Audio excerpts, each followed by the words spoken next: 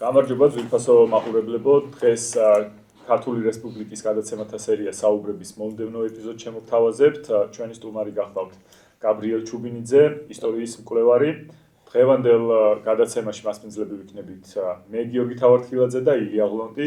ვისაუბრებთ აფხაზეთის კონფლიქტზე და ვეცდებით გავარკვიოთ რა ხდებოდა მათ შორის ისეთ მნიშვნელოვან მომენტებში, როგორც იყო გაგრის ირგვლივ განვითარებული მოვლენები და სამხედრო დაპირისპირება. და ასევე გავაგზავნებთ ამის შემდეგ და მიმოვიხილავთ კიდევ რამდენიმე ცალკეულ მონაკვეთს ამ კონფლიქტიდან. შეგვიძლია დავიწყოთ ილო შენ თუ გაქვს, იმიტომ რომ შენ ხარ მათ შორის გაგრილი. ხო, ზოგადად სულ არა. ხო, ჩემთვის ძალიან ისეთი მნიშვნელოვანი თემაა, იმიტომ რომ მე თავად ბევრ კითხვას swamdi ყოველთვის გაგრის ირგვლივ ყოველთვის მაინტერესებდა განსაკუთრებით იმ მოვლენათა კონტექსტში პირველ რიგში ვთქვათ რომ ოქტომბრის თვეში ვართ და გაგრა იყო პირველი ქალაქი ასე ვთქვათ აფხაზეთიდან ყველაზე მნიშვნელოვანი ადგილი რომელიც არა 93 წელს არამედ 1992 წელს დაიკავეს აფხაზებმა და სხვა ბანდფორმირებებმა რუსების დახმარებით და მათ შორის ჩემი აზრით და ჩემი წარმოდგენით რამდენადაც მესმის მე სამხედრო საქმე მივხვდით რომ არ ვარ ამის პროფესიონალი მაგრამ მაინც წარმოდგენას მაქვს და ხა ბიძა ჩემი წომობდა აფხაზეთის ომში და დაიღუპა მამა ჩემი წომობდა ყოველთვის მნიშვნელოვანი იყო იმ კუთხით რომ ჩემი აზრით აფხაზეთის ომში გაგრა იყო სტრატეგიული წერტილი რომლის მეშვეობითაც მაგალითად პირველ რიგში მომარაგება ხდებოდა უკვე 93 წელს აფხაზების და იმ ბანდფორმირებების და ასევე კავკასიის მებრძოლები რომელიც ბასაევის და სხვა ვთქვათ კავკასიური დაჯგუფებები იყვნენ რომელიც ეხმარებოდნენ აფხაზებს შემოდიოდნენ ბზიფის მიმართულებით ხო და ახლობით ეგეთ წარმოდგენა მაქვს მე და ამიტომაც ალბათ ყველაზე ის არის საინტერესო ჩემთვის როგორც გაგრელისთვის ეგ ამბავი და ბევრი საუბრეთ თქვენ ბექა კობახიძესთან მათ შორის პოდკასტში და ამიტომ არ მინდა რომ ეს გადავადოთ ეს თემები ვისაც აინტერესებს შეუძლია ვცლად მთლიანად აფხაზეთის მონაკვეთზე ამ თქვენ პოდკასტს უყუროთ და ჩვენ რაღაც მონაკვეთები გავშალოთ რომელიც მე ასე ვთქვათ ნაკლებად მე ჩვენა რომ ნაკლებად გაშლილი იყო თქვენ პოდკასტში და ასე შემდეგ ხო, პირველ რიგში მადლობა მოწვევისთვის და მადლობა იმისთვის რომ მასეთი დობა გამომიცხადეთ რომ ესეთ სენსიტიურ თემაზე ვისაუბრო და ასევე მინდა რომ მაყურებელმა იცოდეს რომ ზოგადად ისტორია ეს არ არის სუსტი მეცნიერება და ეს არის განგრძობითი მეცნიერება ხო მაგალითად შეიძლება რაღაც ცოდნა რაც დღეს არსებობს ხვალ შეიძლება შეიცვალოს აი მე მაგალითად ეს 2 წლის წინ როცა თავწერა ჩემს სამაგისტრო ნაშრომი რადგან ბასახელები აფხაზეთში ჩაერეს შეყვანის მიზეზად და ძალიან არგუმენტირებოდ ხსნედი დღეს მე მას ძალიან ეჭვის თვალით ვუყურებ და არა იმიტომ რომ მე თქვათ მაშინ ვიტყვებოდი არა აპირიქით მე მაშინ აბსოლუტურად კულტურალი ვიყავი და აბსოლუტურად მაგრამ მე მაშინ არ მქონდა კიდევ ის წყაროები რომელიც შემდგომში ვიპოვე და ის თეორიული მიდგომები რომელიც მე დღეს მაქვს აქედან გამომდინარე კი ისტორია ეს არ არის რაღაც მყარი ერთეული არამედ ეს არის სწორედ განგრძობითი მეცნიერება ხო აი იგივე თქვა ეს სიმყარე პირველ რიგში მახსენდება არის ისტორიის ეს საბჭოთა ეს აღქმა ხო და როცა ჩვენ გვასწავლენ რომ ისტორია ეს არის ფაქტები რა გაყინული ფაქტები და ეს არის ყველაფერი რაც ჩაწერა სისტემა მგონია კი ბატონო ხო მაშინ ისტორია ფაქტები არ არის რა ანუ აი ეს არ არის ფაქტები არამედ არის ფაქტის ინტერპრეტაცია ხო და შეფასება ხო რა თქმა უნდა ნუ ის იგივე არის ხო და ასევე ის თუ როგორ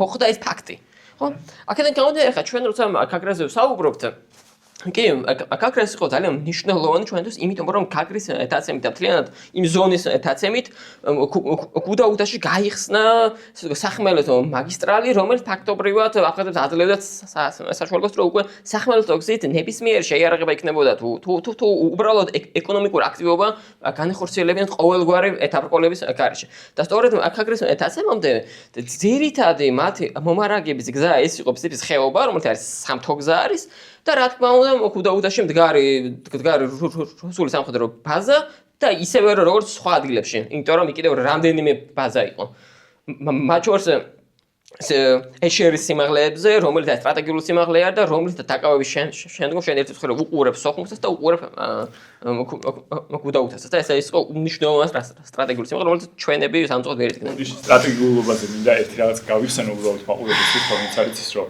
ქართველებმა ეს უკვე შუა საუკუნეების გვიან შუა საუკუნეების ამბავია, მაგრამ გურიელმა და სხვებმა მოაწყეს ლაშქრობა, მათ შორის საზღვაო ექსპედიცია, სწორედ დაახლოებით იმ ადგილებში, სადაც ახლა გაგრა მდებარეობს, მაშინ ჯიქების და აი ამ ადგილობრივი ტომების შემოსევების ასაკვეთად, იმიტომ რომ მაშინაც კი თუ რუკას უბრალოდ დააკვირდებით, აღმოაჩენთ, რომ ეს არის ერთ-ერთი კარი დარიალთან და სხვა გადასასვლელებთან ერთად, რომლიდანაც ჩვენ გვაქვს კონტაქტი და გასასვლელი-გამოსასვლელი ჩრდილოეთ კავკასიასთან. ამიტომ კი ადრეც ეგრე იყო, რომ მნიშვნელოვანი სტრატეგიული პუნქტი იყო და ქართველი მთავრები ცდილობდნენ, რომ ის დაეკავებინათ, თუმცა მაშინ წარუმატებლად სამწუხაროდ და კი აფხაზეთის ომის დროსაც ნამდვილად გადამწყვეტი მნიშვნელობა. დამოუკიდებლად სტრატეგიული თავდაცვის არის ძალიან კარგი, იმიტომ რომ თუ დაუკვირდებით, როგორ არის შეჭრილი მთები და ზღვა. ძალიან ვიწრო და აი მაგალითად თურქეთთან მე საზღვარი სარფში ხო? მე სამსოფლოს პერსპექტივით რეალურ პლაცდარმი განიხილებოდა ახალქალაქი, ახალციხის მიმართულებას, სადაც ერთადერთი სისიფრე იყო, სადაც სადაც თურქებს ან მეტაბილიკოს შეეძლო პლაცდარმი გაეშალა. და სარფი იმდენად იყო, რომ იქ არავინ არ ფიქრობდა შეტევას არც ერთი მხრიდან. იქ უმეტესად იყო ისე დაუწინდა და მე სენაკი არჩებული ავიაციით სტამბულის ან ახლომდებარე ქალაქების დაბოლოება. იგივე არის გაგრას მაგალითად. გავიხსენებ მათ შორის რუსეთ-ოსმალეთის დაპირისპირების დროს და ჩვენი დაპირისპირების დროს, აი ჩაქვიდა ეს მონაკვეთები ისეთი ინგლისურად ამბობენ ხოლმე choke point-ები იყო, სადაც ერთ-ერთი მხარე ვერ ახერხებდა გასვლას და ეგეთი ადგილი იყო სწორედ კი გაგრაც რომ. და იგივე თქვა და ეს რუსული სამხედრო ბაზები ახალქალაქსა და ახალციხეში სატანკოები იდგა. იგივე თურქული ჯარებს ეგრე იყვნენ. იმიტომ რომ ის იყო მთავარი წერტილი მესამე მსოფლიო ომის, იქ მოხდებოდა ატაკება. და მაგალითად სომხეთი იმდენად სტრატეგიულად უმნიშვნელო იყო, რომ შინგით ჯარი იყო უმცირესი, იმიტომ რომ ყველა მიცოდა რომ სომხეთის გადარჩენა იყო შეუძლებელი უბრალოდ. ხო. და მოწმოთ საქართველოს ითვლებოდა ყველაზე მილიტარიზირებულ რეგიონად მთელს ევროპასა და შეიძლება აზიაში დაარჩი. აზია არის, მაგრამ ევროპაში ნამდვილად. იმიტომ რომ ძალიან ვიწრო ტერიტორია, რომელსაც ჰქონდა ძალიან მნიშვნელოვანი, იმიტომ რომ შენ გინდა არ მესამე მსოფლიო ომის შემთხვევაში საქართველოს უნდა ყოფილიყო მარტო და მას უნდა გაეძულო მაქსიმალურად, იმიტომ რომ მომარაგება ვერ მოხდებოდა. ამიტომ იგივე თქვა მიწის ქვეშ თავდაცვის ობიექტები, ტანკები, ავიაცია ყოველთვის იყო საქართველოს ახალი, რომელიც კი შედგება 2014 წელს ძალიან ცუდად დაგვიბრუნდა. არ და შეგვეძლო აი ამ არგუმენტის ძალიან კარგად გამოყენებაც. იმიტომ რომ რუსები გადიოდნენ, ჩვენ რო წესიერი ქვეყანა რო ყოფილიყავით, ნამდვილად დავიტოვებდით ძალიან მაგარ ავიაციასაც. ერთმანეთში დაპირისპირებულ ფლოტსაც, იმიტომ შავი ფლოტი ჩვენიც იყო. და როცა გაყოფა ხდებოდა, საქართველოს უბრალოდ არ იყო იქ. არა, ჩვენიც იყო, ის ფლოტი ჩვენიც იყო. ანუ ეს არა რუსული ფლოტი, ჩვენიც არის ფლოტი. ესე იგი ის მითით ხული მთლად არ არის, ხო? რომ დავაგვიანეთ ღმერთთან ხო, უბრალოდ ეხლა სხვა კონტექსტი მარტო არ დღევაში. ხო, არა, მე ის ხასიათის გამომხატველი ამბავია, რომელიც რეალურად გიხდება ხოლმე. ცოტა გადავიდე. ეს მესმის, ხო, ბარემ დავასრულოთ ეს თემა. ეგ საერთოდ არ ვიცოდი, რომ საერთოდ არ ვიყავით მაგ განხილვაზე. ეხლა ფლოტი იყო, ჩვენ კი არ ვიყავით. იმიტომ რომ არ გვესალა. ჩვენი საქმეები. ხო, ძალიან მნიშვნელოვანი ხო და რადგან ვთქვით რომ ისტორია შეფასებითია და ნამდვილად რაღაც მომენტში რაღაცები იცვლება ფაქტებთან ერთად მე მაქვს ეგეთი შეფასება და მაინტერესებს პირველ რიგში შენი აზრი რაღაც ცოტა შეფასებით ნაწილში დავიწყოთ 92 წელს გაგრის დაკავება იყო თუ არა წინასწარ დაგეგმილი იმისთვის რომ შემდეგი შეტევა რომელიც ახორციელდა უკვე დაგეგმილად უფრო ფართომასშტაბური სოხუმის აღება და ასე შემდეგ იყო თუ არა ეს უნიშნულოვანი პლაცდარმი და ზუსტად აი ეს დროებიც მონაკვეთებიც ხო არ ფიქრობ შენ შეფასებითად რომ ეს ესე იყო დაგეგმილი თუ უბრალოდ შენ გულისხმობ რომ გაგრის დაცემის შემდგომ მალევე მოხდებოდა თუ არა სოხუმზე შეტევა მე ვფიქრობ რომ გაგრის აღება ყველაზე ადრე ჩვენი მხრიდან თუ აფხაზების მხრიდან იმ აფხაზების მხრიდან სტრატეგიულად მათ შორის როცა სექტემბრის მერე ფაქტობრივად სხვა ტერიტორიაზე ისეთი შეტაკებები აღარ იყო, ხო? და გაგრაში ომი მიმდინარეობდა 14 აგვისტოდან მოყოლებული. არ გაჩერებულ ასეთი დღით. ხო და ეგ ხო არ იყო, ანუ სტრატეგიულად მან ხო არ წავაგეთ თუნდაც და ზირა არ მე საერთოდ ღევეის პერსპექტივით რო ვუყურებ, ამ ომში გამარჯვება შეუძლებელი იყო საქართველოს. ჩვენ შეგვეძლო ისრაელის შემცირება როგორმე. რომ ჩვენ, რომ სამწუხაროდ ჩვენმა ხელისუფლებამ იმ დროს ძალიან ვერ შეაფასა გეოპოლიტიკური სიტუაცია. და ჩემი აზრით გაგრამდეც კი განწირული იყო ეს ომი, იმიტომ რომ ჩვენ დაუპირისპირდით ძალას, რომელსაც ჩვენ უბრალოდ ვერ დავამარცხებთ.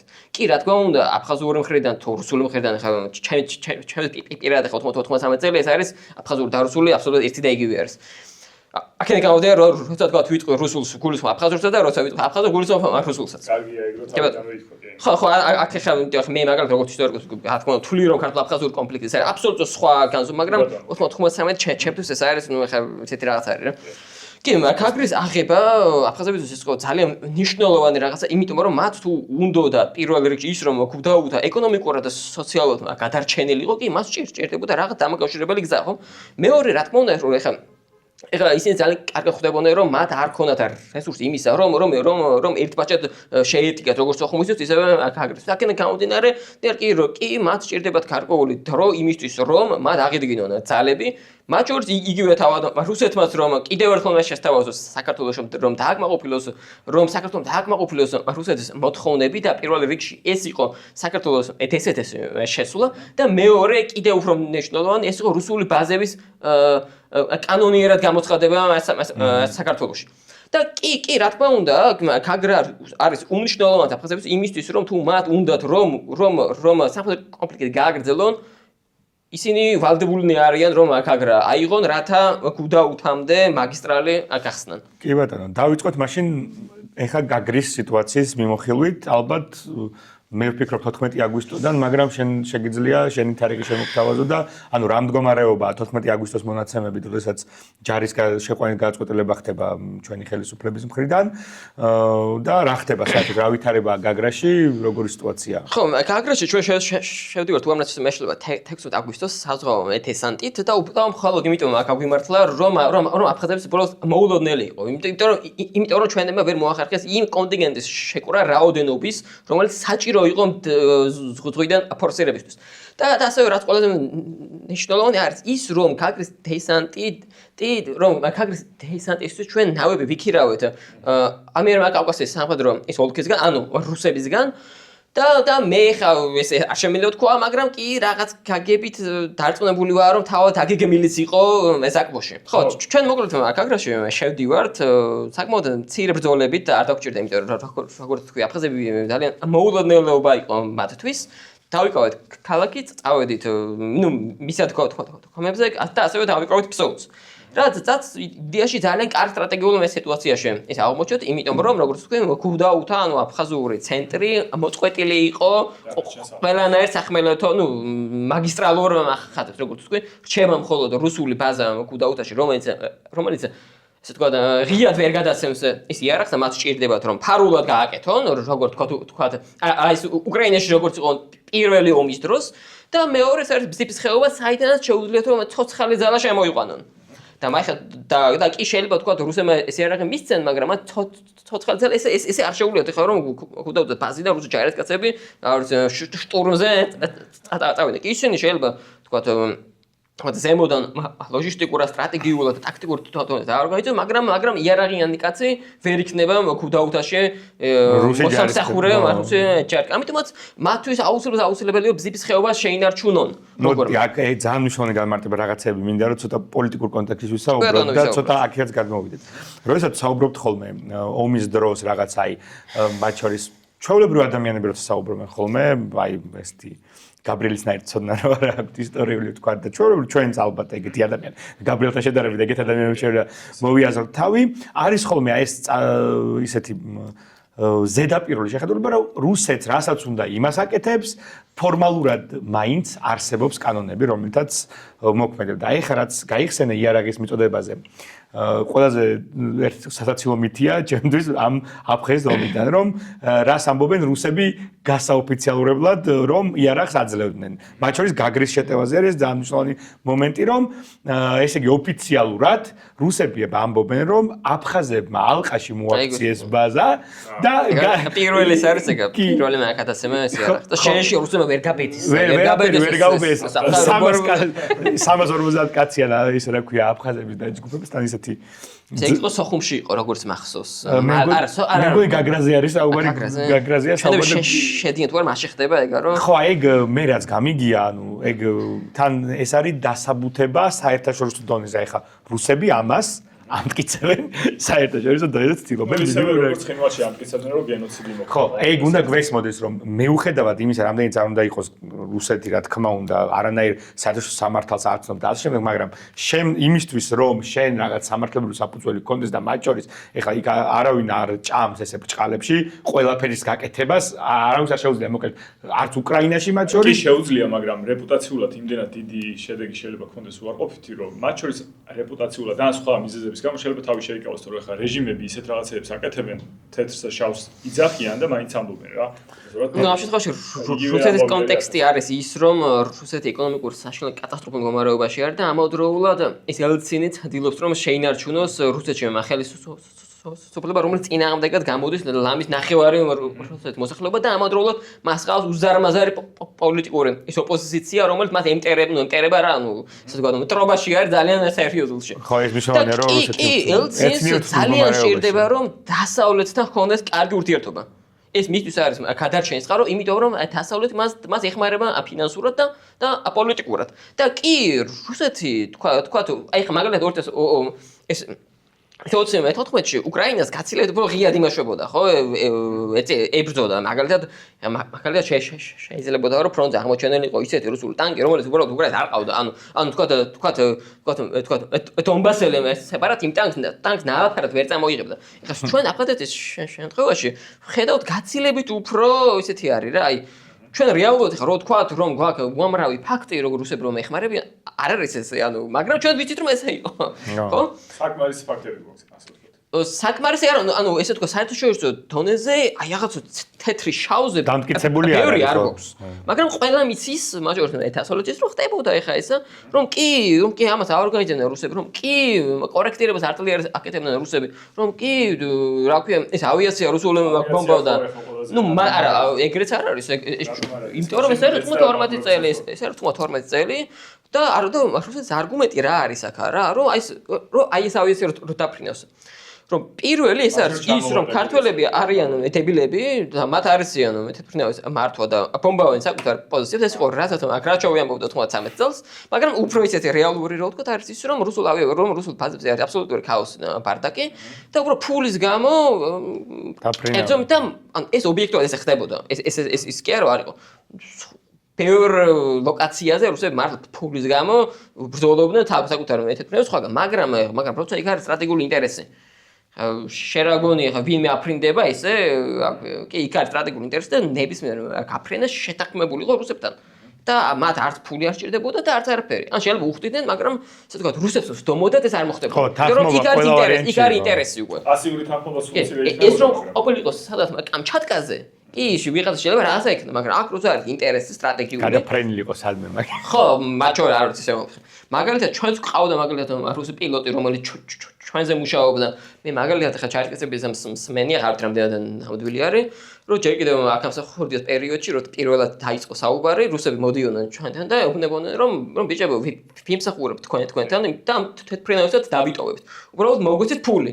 რომ იმიტომ რომ ჩვენ რუსეთში წავალთ ამ ხელას ვერავინ ვერ მოგცემს ნუ ჩვენებს ხმარისი ფული ქონდათ და დავკარგეთ მე ესე ვიცი არ ვიცი სიმართლე არ თუ არა მაგრამ არ გამიკვირდება რომ სიმართლე იყოს იმიტომ გავს ისტორიები ვიცი ძალიან ბევრი ხო და კი რუსები აი ესე ამ ქაოსს ხსნიდნენ იგივე საჰაერო ეტაბომბებსაც რომ მაგალითად თუ თქვა რუსი ჯარისკაცები აღმოჩნდებოდნენ დაღუპულების სიაში იტყოდნენ რომ ხო რავი დაქირავებული იყო და აღარ მსახურობდა ჩვენთან ეს კაცი და მაგალითად რიგის ომონი ეს იყო ლატვიაში დაიშალა ზოგი ადგილზე დარჩა ზოგი მოსკოვში წავიდა და ზოგმა ისევ აი ესე თქვა სამხედრო სამსახური არჩია როგორც დაქირავებული და ისინი მართლა დაქირავებულები იყვნენ ოღონდ რა თქმა უნდა ეხა როგორც ვაგნერი ის არ ომობდა აფრიკაში უბრალოდ ვაგნერის იმითი რა ისევ ეს რიგის ომონის დაშლილი ნაწილი აფხაზეთში ისე უბრალოდ არ აღმოჩენილა ხო მაგალითად აფხაზები ხსნიდნენ რუსეთში ბანკებს და ბანკებში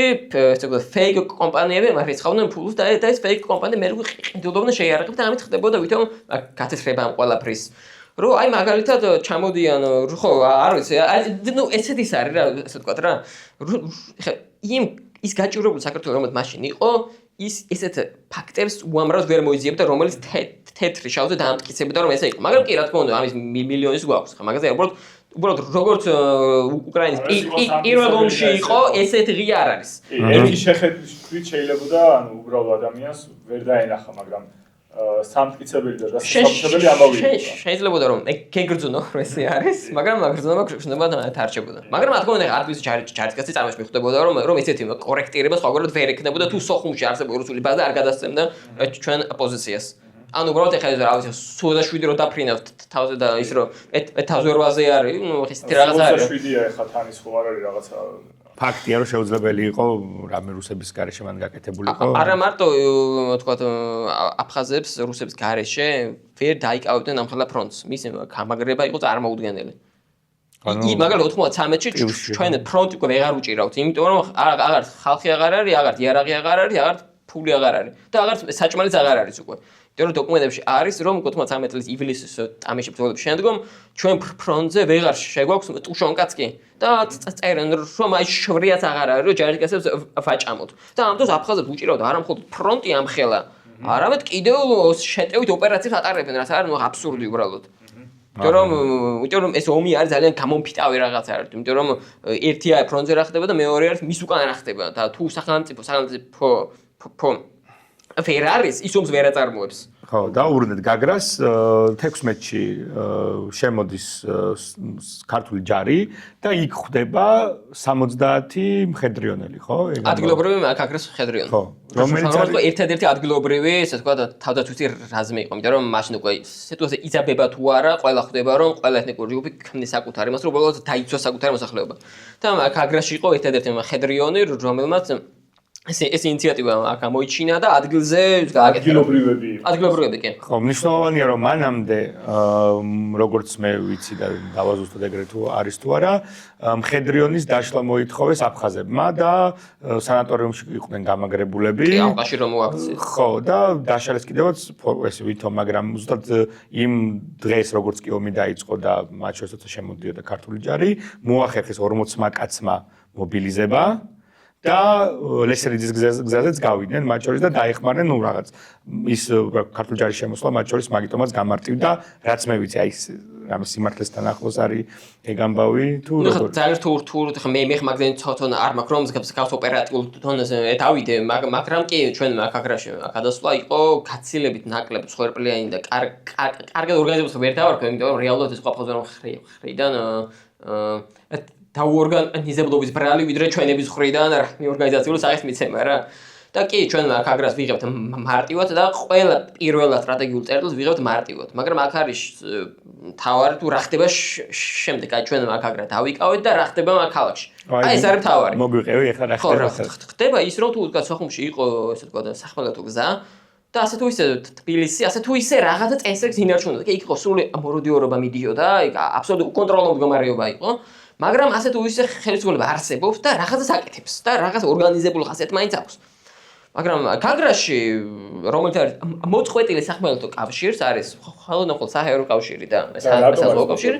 ეგეც რო თქვა, იმიტომ რომ ამ გზაზე გუდაუთა არის ანარქია და არა, გუდაუთა არის შუაში. და ფაქტობრივად ეს არის მოწყვეტილი მასთან არ არის სახმელეთო კავშირი და მიწოდება ლოჯისტიკა მათ შორის არის ძალიან ქართულებული. და ახლა რო წარმოვიდგინოთ ახლა საქართველოს იმ დროს საქართველოს სახმელეთოს აქ არ და რა ავიაცია ყავდა ან რა ზღვა ყავდა ისეთი რომ მოემარაგებინე ფრონტი ხო ვერანაირ დავაგვიანეთ თან და ფრონტის განაწილებაზე და დაბრუნებაზე არა ნუ ეგ ფრონტის რომ აქ განაწილებინა აი ჩემი არ გვეუბნები ეს არის ხოლმე ვისაუბრებ რასიზმამდე აი რამე მართვა იცი რამე ეს ანუ მე ისო ჯარი ჭირდება სახელმწიფო და ჯარი მით 21 საუკუნეში თუ მე-20 საუკუნე აი მე-20 საუკუნის 30-იან წლებიდან ყველა ხდება რომ თუ შენ გინდა ომის წარმოება შენ უნდა გქონდეს აი მაქსიმალური კოორდინაცია ყველა შორის აი მაქსიმალური კოორდინაცია და შენ ახლა 92 წელს ქვეყანა რომელშიც საჭმელი არ არის სასმელი არ არის ნავთი არაფერი არ არის იქ ჯარი ვერ არის რა იქ ვერ იქნება თანამედროვე სახით ეს ჯარი და კი გაგრაში ზუსტად იგივე ხდება რომ ქალაქში ვერ ხერხდება ვერანაირი კოორდინაციის ეთასო ვერ ხერხდება ვერანაირი ურთიერთმაგაგება ვერ ხერხდება რაიმე სისტემის ჩამოყალიბება იქ არის მხედრიონი იქ არის კვარდი იქ არის ადგილობრივები იქ არის საერთოდ ჯგუფები რომელიც არცად არ არიან და ამათ შორის არის კონკურენცია ხდები რაზე არის კონკურენცია? მე ამაზე ვერ ვიტყვი, იმიტომ რომ მე რამდენჯერ ცაცადე აქაკრელ ჩაერსკაცებთ მინდის მსახური ყველა თავი ის აირი და ამქნე მე ამას არ შევეხები, მაგრამ რაც დადასტურებულად ვიცით არის ის რომ გაგრაში რა ტიპის მოროდიორობა სუპერ და არ ნახულს, პარდონ. კი ეხა აფხაზებიც ჩვეულებრივად ჩვენზე ასე ვთქვათ ესე ქართულსა და აფხაზურ თანაშაულებს შორის თავარი განსხვავება არის ის რომ ჩვენები ხა კი შეიძლება აბსოლუტურად მოროდიორობდნენ და აი ყველა კადმაც შორის ხოცავდნენ აფხაზებსაც შვიდობებას მაგრამ მას არ ქონდა ეს სისტემური ანუ მაგრამ ჩვენს ქმედებს არ ქონდა ზემოდან ბრძანება ეს იყო ვიღაცა დაბალი მორალური ღირებულებების მქონე ადამიანი რომელიც მეშვება რა და აფხაზურ მხრიდან აშკარა არის ბრძანება არის ზემოდან და მას აქვს სისტემური ხასიათი იქ არის ბრძანება არის დახოცოთ ყველა რომ გააგდოთ ყველა და ჩვენი მხრიდან მაინც იგივე თქვა თბილისის დოკუმენტებს თუ ნახავთ რა ხდება პოლიტიკურ ველზე ეს ძალიან კარგად ჩანს რომ მაგალითად საქართველოს იმდროინდელ პარლამენტმა და აფხაზური ენა გამოაცხადა აფხაზეთის ავტონომიაში აფხაზურ სახელმწიფო ის ენა და სწორედ მე განხილავს რომ კითხულობდი იმიტომ რაც არის პროგრესული იდეა რომ ხო ანუ ჩვენ მოგწოს არ მოგწოს ომში ვარ თუ არა ეს ხალხი არის და ამათიც არის და კი აფხაზური უნდა იყოს აფხაზური ენა და უნდა იყოს ქართული ენა იგივე თქვა პასპორტზეც ხომ პასპორტი მოგეხსენებათ და ყოსეთი ყველაზე საინტერესო რაღაცა არის რაც კი შეიძლება სახელმწიფოში არსებობს და მანდაც არის რომ კი აფხაზი და ოსი არ არის ვალდებული იცოდეს ქართული ეს ენა და ამავდროულად თუ ქართულმა არის ქართული ენა და მაინც აფხაზური ეს შეიძლება და მას შეუძლია რომ აიღოს ქართული პასპორტი ეხლა მე ამით იმას ვამბობ რომ თბილისს არ ქონდა იმის მიზანი რომ იქ ეხა აფხაზებისთვის ეთნიკური წმენა მოეწყოთ. ეს შეიძლება ადგილზე ვიღაცა დებილი აკეთებდა ამას. კი და ამის მაგალითად მე მომყავს ხშირად ის რომ არა მხოლოდ აფხაზეთში, არამედ ქართლში, სამეგრელოში ეხა ყველა მიცით ხო სამეგრელოში მათ შორის რა ხდებოდა და სხვადასხვა რეგიონებში ესეთი უამრავი დაბალი მორალის მქონე ან საერთოდ არანაირი მორალის არ მქონე ადამიანები იყვნენ ვინც იგივეს აკეთებდნენ. რავი აქ რაც თბილისში ხდებოდა. ეგ უნდა მეთქვა ახლა რა. გამოდის რომ მაშინ ყველა უნდა დაუნაწევრებულიყავით, იმიტომ რომ ვიღაცა უზნეო ადამიანმა, რომელიც დასაშველი იყო, და ბევრი იყო ეგეთი სამწუხარო. მაგრამ სამწუხარო ის არის რომ უბრალოდ კონტექსტი აფხაზეთში ისეთი იყო, რომ ამის ჩადენილი დანაშაული თბილისსა და ზუგდიდში იყო სხვა შედეგების გამოწვევი და აფხაზეთში იყო ზუსტად იგივე დანაშაული სხვა შედეგის გამოწვევი. ხო, ნუ იქ ეხა ეთნიკური ომი მიდის და იქ გაცილებით რთულდება საქმე, მით უმეტეს როცა პლუს არის რუსეთი არის ჩართული და რომელიც ამგვარად ხედავს და ამგვარად საერთაშორისო დონეზე აჟღერებს. რომ აი მაგალითად არა, ნუ ისე აქაგრაში რომ დავბრუნდეთ, აქაგრაში მოკლედ პირველ კვირებში ჩვენებმა აჩაღეს ჯერ სომხები როგორც ყველაზე მოწყვლადი ჯგუფი, რომელსაც პატრონი არ ყავდა უხეშად რო ვთქვათ. შემდგომ უკვე მიადგნენ ეს აფხაზურ ოჯახებსაც და რატომ მეორე ხარს იმიტომ რომ ქართველები და აფხაზები მაინც ადგილობრივები მეგობრობდნენ და ქართველები ეგონებოდნენ რომ ამ სახლს პატრონობ მე და შეეშვი ამ სახლს ჩემი მეგობრით მაგრამ ნუ ეხა რაღაცა ზღვარი რო ასე თქვა რო ჭამეს ვიღაცებმა მე ვერ აფხაზებს მიადგენენ მე აფხაზებს რო ჭამეს მე რა უნდა ქნა და უკვე ქართველებს მიადგენენ უკვე და მოკლედ ეს მდგომარეობა ხო და რა თავი კიდე შედის ნარკოტიკი არანორმალური რაოდენობით და ალკოჰოლი და რა ყველაზე უარესი მდგომარეობა იგივე სამხედრო კუთხით არის ის რომ სამხედრო ამოცანის დასმაც კი არ ხდება.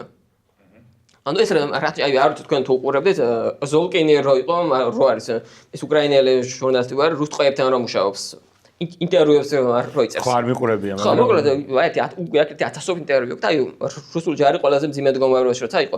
აი ყველაზე ქაოსი ჩქონდათ. ჩარიგაზე წერდა ყველა ერთმანეთს ამბობდა რომ ჩვენ ვიღებდით სამხედრო ამოცანას, მაგრამ შემდგომ როგორ აღვესრულებინა ამის გეგმით არ არგოთ. ამიტომაც მივდიოდით პირდაპირ. აი მაგრამ ჩვენ მდგომარეობაში ეს სამხედრო ამოცანას კი არისმევა.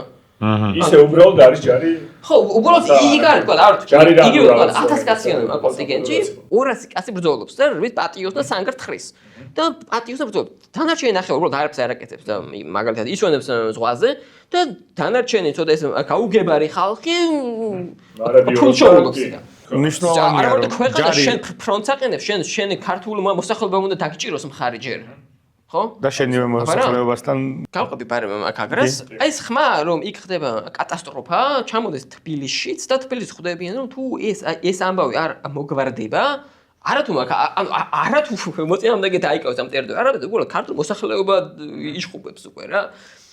და მაშინ გაიგზავნება პოლკოვნიკი მარინაშვილი, რომელიც არის გამოცდილი მასტი, იმიტომ რომ KDR-ში მსახურობდა და თუ GDR-ში მსახურობდა, ავტომატურად უკვე ესე თქვა კარგი მაგარი სამხედრო იქნებოდა, იმიტომ რომ KDR როგორ ფრონტის ხაზია და იქ ესე არ იგზავნება რა. იგივე თქვა აი და მათ შორის თბილისის არტილერიის სასწავლებლის კურსს გამოშვებულია, რომელზეც თქვენ ბევრი ვილაპარაკეთ ბექასთან. მარინაშვილი? ხო. შეიძლება არ მახსოვს ახლა უბრალოდ ესე. მე მგონია რომ სწორი ინფორმაცია თუ რა გადავაწყდა მე ეგ ფაქტი მე მენიშნა თქვენი გადაცემის მე მენიშნა მნიშვნელოვნად რომ ამდენად ჩვენი საარტილერიო იგივე ჩვენი აი ეხლა ვისაც კი ეხლა უყურებთ მაგათი 80% არ ანუ აი ნახევარი მაინც ძველი თავის წერი ყველა საარტილერიოს გამოშვება და რატო ხო იმიტომ რომ ყველას უჩვენოდა რომ ესწავლა საქართველოში რა არავის არ უნდა რომ არ ვიცი სადაც ვლადივოსტოკში ამიტომ ყველა მიდიოდა აქვე რა ბარებთან თან ოჯახთან ცნობოდა არის მემკვიდრე იმ სამხედრო სასწავლებლებს რომელიც რუსეთის იმპერიის დროს დაასწა ქართველი თავადაზნაურობის კი რა თქმა უნდა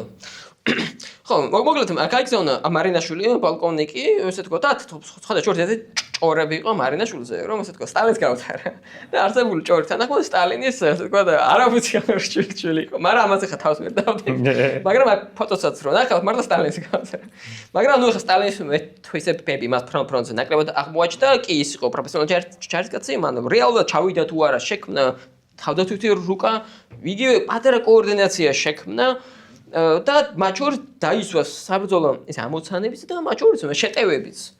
მაგალითად ჩვენები მიდიან ესეთი არის ბზიფის ხეობას ჩამოუყვება და არის იფინარის მეურნეობა ქვია პირველი შეტევა მაგეთ იყო მე გავაკეთე აგრის სიმაღლეებზე და მე უკვე ბზიფის ხეობაში. უბრალოდ აქ არის საინტერესო რა იგივე აი ეს მეურნეობის ტერიტორიით დავიკავეთ მოდის ბრძანება და აქ ამოდიან უკან იგივე სიმაღლეებს ვიკავებთ, ბრძანება მოდის, გამოდიან უკანო. რა ხდება? კაციშვილმა არის დღემდე ამის არ მოდის ბრძანება ეს მე. თბილისიდან მოდის ბრძანება. ეს რა ბრძანება არავინ ერთის ვინდა. თავად მარინაშვილს ამბობს თქო 12 წლის ინტერვიუში რომ მე მივიღე ბრძანება, მოკლედ ვინ იყო არ ვიცი ეს კაცი. მაგრამ ხელს ვინ აწევს არ ვიცი? არა, რა ხელს მოტერებს ტელეფონით და მე სიტყვით სავარაუდო. პრინციპში აქედან რო ხელი. არა, მაგალითად აი ხო ფურცელზე რა, მაგალითად თუ არქივს წახვალ, შეიძლება შეგვხვდეთ ხოლმე ფურცელი, როცა აი დოკუმენტია, ოფიციალური დოკუმენტი არის. და ამით თქვა რომ გადაფრთხილ არის ბუღალტრული ანგარიში. იმიტომ რომ ფურცელი არ აქვს რომ დაწერო და რაც დაწერე. ლაკენ გავდი თან ახლა ხაოში რა სახელმწიფოს თქო ხო აქ რა არის რაღაცა პირად იმას ამის ყველაფერი. ოღონდ აქვე მნიშვნელოვანია რომ ეს სიმაღლეები რომელზეც უკან ბრუნდებოდნენ საიდანაც მიდიოდნენ სადაც რომელზეც იღებენ ქართველი ჯარისკაცები უკან რო ბრუნდებოდნენ მერე გაგრის ოქტომბერში ჩდება ყველაზე მნიშვნელოვანი წერტილებად მათ შორის ბანჩერაღების შემოსაშვება და მომარაგებისთვის აფხაზებისთვის. თებში არ მთლიანად ანუ შენ გაგრას თუ იგივე თქო შენ თუ გინდა რომ თბილისი დაიცვა შენ უნდა დაიცვი შემოგარენ თუ რა თორე სხვა შემთხვევაში აზრი არ აქვს ანუ შენ არ ვაკეში ვერ გამაგრდები იმიტომ რომ მე დაგიყენებს აგერ პარტიზანული ომი იქნება მაქსიმუმ არ პარტიზანული არ იქნება არანაირად შენ უბრალოდ კუსტბაზე დაგიყენებს ტანკს და იქიდან გესვრის უბრალოდ ანუ არაფერი არ იქნება უბრალოდ კოორდინატას მიცემს. იგივე არის მაგ აგრაცი ხა შენ აგრაში რას ანგრევს არ უნდა თუ შენ სიმაღლეები არ დაიკავებ შენ შანსი არ აქვს უბრალოდ იქ. და კი ხა ჩვენ იმ დროს ჯერ კიდევ გვაქვს ეს სიმაღლეები მაგრამ თავარი როგორც ვთქვი ეს არის ბზიფის ხეობა შენ გინდა არ გინდა ბზიფის ხეობა უნდა დაიკავო. და ისევ კი კოორდინაცია ისევ დაბალი არის მაგრამ კოორდინა რაღაცა არის უკვე რა თქო გვარდია და მხედრიონი რაღაცაში მოქმედებს და ადგილობრივებს რაღაცა სტრუქტურაში არიან უკვე და ნუ რაღაც საერთო ისა ხდება. მაგრამ ხო რა თქმა უნდა ეხა თქვა პატარა ლოკალურ ოპერაციებში შეგიძლია ატარო რა ამ ჯარით მაგრამ შენ ვერ ჩაატარებ თქვა კარგად გამაგრებულ პოზიციას აქ არ ღვევას ეს არის გამორიცხული უბრალოდ და ზუსტად ეს მოხდა ბზიფის ხეობაში როცა როგორ ფიქსირდება მათ შორის გვესროლეს ფაგოტებიდან როგორც იმ დროს უკვე მაგარ ტანკსაწინააღმდეგოდ ითვლებოდა ხო და ხო ჩვენ ბზიფის ხეობისკენ რო წავედით კატასტროფით თავასრულეთ და აქვე შეჩერდა უკვე სექტემბრის ახალშემოქმედებით და სწორედაც იგივე ეს ბზიფის ხეობისკენ გასვლა იყო ესე თქვა დროში მოსწრება იყო სანამ ზავი ჩამოვიდოდა იმიტომ რომ ხა მოგეხსენებათ და სანამ ზავი იდება ყველა ცდილობს საკუთარ მაქსიმუმს და მაქსიმალურ პოზიციებში ჩვენი მიზანით ეს იყო უფრო დეტალურად მოხდეთ ბზიფის იმაზე ავტობუს ამბებზე რაც მოხდა იმიტომ რომ ეხა მე უკვე პირადი გამოცდილებიდან რაღაც მან ბიძაჩემი რო უკან დაბრუნდა ბზიფისთან სახში რომ მოვიდა თქვა რომ ანუ შანსი აღარ გვაქვს რა ანუ მიუხედავად რომ ახალგაზრდა სამხედრო იყო როგორც ხვდები ხვდებოდა სიტუაციურად ალბათ და ყველაფრით რომ ძალიან მძიმე მდგომარეობაში ვართო, ჯერ კიდევ აი ერთი თვე არის დარჩენილი თავარ შეტევამდე გაგრის გასაღებად და ბებია ჩემი ყვება ამას, რომ მოვიდაო გიაო და გითხრაო, რომ უნდა წავიდეთ. მიხედავთ სამისა ბებია ჩემი და ბაბუჩი არ წამოვიდნენ ბოლო მომენტამდე, მაგრამ აი ბიძა ჩემის განცდა ეგ იყო მაგნუმში. სამხედრო მდგომარეობის შეფასება ჰქონდა შეძლებია სწორი და ადეკვატური აღქმა. მაგრამ ხო, მაგრამ ეს სექტემბრის ხელშეკრულება რო დაიდო, ეს იყო საქართველოში მიჩნეული იყო როგორც ჩვენი გამარჯვება, იმიტომ რომ თუ ჩვენ ჩავიხედოთ შეგეთ რაც წერია, ეს არის ხოლმე ის რაც ჩვენ გვჭირდება. მთავარი იყო რა, რომ რა თქმა უნდა, საფრთხე მოქმედებები შეჩერდება და ყველა არა საქართველოს მოქალაქე, ანუ ჩრდილო კავკასიელი ეთატოვებს აფხაზეთს. ხო და თან ეთაფიქსირდა რომ აფხაზეთი არ არის მხარი, რომ ეს არძიმბა არ არის მხარი, იმიტომ რომ ეს მოხდა მხოლოდ ბორის ელცინსა და შევარდნაძის შორის. ეს ხო როგორც პოლიტიკური სამხედრო კუთხით ჩვენთვის იყო ძალიან მაგარი რაღაც. და თან ეს შევარდნაძისთვის კარგი იყო იმიტომ რომ მას ჰქონდა წინა არჩევნები, რომ 11 ოქტომბერს ეს იდება 3 სექტემბერს თუ არ მეშლება. და მისთვის ეს იყო ძალიან კარგი ეს საჩუქარი, იმიტომ რომ ჯერ ისედაც ხო ძალიან მძიმე მდგომარეობაში შეაღმოჩნდა აფხაზეთში შეყვანი, იმიტომ რომ მან ფაქტობრივად იმიტომ რომ მას არჩევნებისთვის ჭირდება სტაბილიზაცია. რომ მან არჩევნები ჩაატაროს რაც შეიძლება მეტ ადგილზე, რომ ესე ვთქვათ, კანონიერი ლეგიტიმაცია მიიღოს. არა საერთაშორისო ლეგიტიმაცია, იმიტომ რომ ისედაც აქვს. იმიტომ ჩამოდის თუ არა, ყველასთვის ის არის ახლა, ხო, ვთქვათ. ნებისმიერ საერთო აქტორის შევარდნაძე არის ეს რა. არამედ მას ჭირდება შიდა ლეგიტიმაცია კანონებით და მეორე შიდა ძალაუფლება, რათა აი შიდა კლანურ დაპირისპირებაში როგორმე ვიღაცებს მაღლა აღმოჩნდა პირველ რიგში ეკიტოვანსა და ჩაბას წინააღმდეგ. იმიტომ რომ მისი მთავარი მიზანი ეს არის. და მაგალითად ჩვენ CIA-ის დოკუმენტებში ძალიან კარგად ჩანს, რომ კიტოვანიცა და იოსელიანიც ძალიან ეჭვშვალად უყურებენ არჩევნებს და ისინი ცდილობენ და აქვს მცდელობა, რომ როგორმე ჩაშალონ. იმიტომ რომ ხვდებიან, რომ ეს ძალთა ბალანსი დაირღვევა და თუ ძალთა ბალანსი დაერღვევა, შევარდნაძეს ისინი უბრალოდ არ სჭირდება. და კი, შევარდნაძისთვის ეს არის აბსოლუტურად გადარჩენისთვის ხდება, რომ ხა არა მხოლოდ შევარდნაძის, არამედ საქართველოს გადარჩენისთვისაც თბილისის კონტექსტში უხეცად რო ვთქვა ხა. ის არ ვეხები აქ ამსახურდით ფაქტორს. იმიტომ რომ ხა კიტოვანი და იოსელიანი ეს არ არის გადარჩენის გზა, ხო? გადარჩენის გზა არის ნებისმიერ ოღონდ არა ესენი. ხო და კი ეს სექტემბრის მერე აი თუ თქვენ ჩახედოთ პრესაში, გამოსვლებში ყველგან აღმოაჩენთ რომ საუბარი არის ხოლმე არჩევნებზე. აი სხვა თემა არ არსებობს, ან სხვა თემაზე არ მიდის არაფერი არ მიდის, მაგალითად რა ხდება ფრონტზე რა. რომელიც მე როგორც ვთქვი და თუ თქვენთვით გაგრაში ეს ომი არ გაჩერებულა. გაგრაში ანუ სექტემბრის ხელშეკრულებით ჩვენ ხოლმე შევამჩნიეთ ჩვენ კონტინგენტი და всё, მეტი არაფერი არ მოხდა რა. გაგრას ჩაუდოთ მიდის ბრძოლები. ამავდროულად არა მხოლოდ ამავდროულად რადგან პოლიტიკური მზერა უკვე ნაკლები იყო, შიგნით ლოჯისტიკა ისევ მოიშალა, შიდა კოორდინაცია ისევ ჩამოიშალა და რაც ყველაზე მძიმე იყო, როტაცია აღარ არსებობდა. ანუ თქვათ ფრონტიდან რო გამოდიოდა 200 კაცი, ხო, ჯარისზე უნდა დაისვენოს. შესულად მიდის 50 ადამიანი. და ისევ ცერდება ჩვენი კონტინგენტი. თან ეხა ბრძოლის უნარიანებით ბევრი არ ვიყავით, ხომ? ისეც ძალიან მოქმედებს, რომ დაჭრილები მოდიან ძალიან ბევრი და როგორც ვთქვი, ქალაქში არსებულ ქაოსი. რატო ხდება, რომ ყოველდღე ბომბავენ ქალაქს? იმიტომ რომ სიმაღლე უკვე მაგათი არის. ჩვენები უკვე ვეღარადიან. და ყოველდღე ბომბავენ და შედობა მოსახლეობა იხოცება უბრალოდ რა. და რა თქმა უნდა, ეხა ადგილზე ცხოვრობდა, შენ ხო მინიმუმ აქ აგიჩნდება შეკითხვა, რა ვქნა, ანუ ბიჭებო თუ იცავთ მაშინ დავიცვათ, თუ არ ვიცავთ, გითხართ და წავალთ უბრალოდ, ხო? და მშვიდობიანად გავალთ, ეს გენოციდი არ მოხდება. და ხალხი მართავს აქციას სტადიონზე, მიდის ადგილობრივი შტაბი, რომელიც ეუბნება, რომ ნუ გეშინიათო, ჩვენ ვაკონტროლებთ ყველაფერს. და ზუსტად აი აქედან მეორე დღეს იწყება შეტევა, გენერალური შეტევა. ხო, ანუ მარინაშვილიც არ მივიდა. მარინაშვილი არ იყო, მაგრამ რა მნიშვნელობა აქვს ხე ამ შემთხვევაში. ჩიტი არ შემოფრინდებაო გაგრის თავზე, დედა ჩემი იხსენებს ამ სიტყვებს. პირველ რიგში ჩემთვის წარმოვიდგენ ხოლმე რა, რომ აი გაჯერებენ, რომ აი ის არის რა, უსაფრთხო შეგიძლია იცხოვრო. და თუ რამდენიმე საათი გადის და თურმე აი ეს მიზანში ყავთ უკვე. დაგეგმილი არის ყველაფერი და ესენი ეუბნებიან, რომ არ წახვიდეთ რა, ბიჭები დგანან და ინფორმაცია რომ ამ შეტევის შესახებ ქონდათ ეგ დასურდება ტყვეები ჩავარდა კაც და ისედაც მარტო მისახვედრე იყო ახლა შენ თავზე რომ სიმაღლეს იღებენ, ლოგიკურია რომ რატო იღებენ ამ სიმაღლეს ახლა. ის რატომ ის ამ სხვარპელზე? ანუ არანაირი გამართლება იდეაში იმას რომ ეს ინფორმაცია დაუმალეს, ხო, არ შეიძლება გქონდეს გარდა იმისა, რომ უბრალოდ არაკომპეტენტურად მოიქცენეს ადამიანებს, თორე მოსახლე თუ იცი, დამიზნებულია ფაქტობრივად უკვე ლულები შენსკენ და მით უმეტეს ყველა სიმაღლე აღებულია და ყველაფერი გეუბნება რომ შეტევა იქნება, რა არის მიზეზი, რის გამოც მოსახლეობას არ ეუბნები რომ უნდა დატოვოს და რატო არ შეიძლება ვერაორგანიზებენ. აბსოლუტური ქაოსი უბრალოდ. ვერაორგანიზებენ და არ მან დავამატებლობის აღება და აი რაღაცნაირად ბოლო წამამდე ცდილობენ რომ ისე არ გამოვიდეს თითქოს აი ხალხი უნდა წავიდეს, მაგრამ იციან რომ ვერ დაეხმარებიან ალბათ ვერაფერში, ამას ვერ დააორგანიზებენ და ალბათ ამაში შესვლა დაეხმარნენ ამ ხალხს იქნება გამოსულით რომ. ასე არ დაეხმარებიან და ხო და ჩვენ სოფსოუნდები საზღვარო კონდა. ეს ხალხი თავის ფეხით გავიდოდა უბრალოდ. რა თქმა უნდა.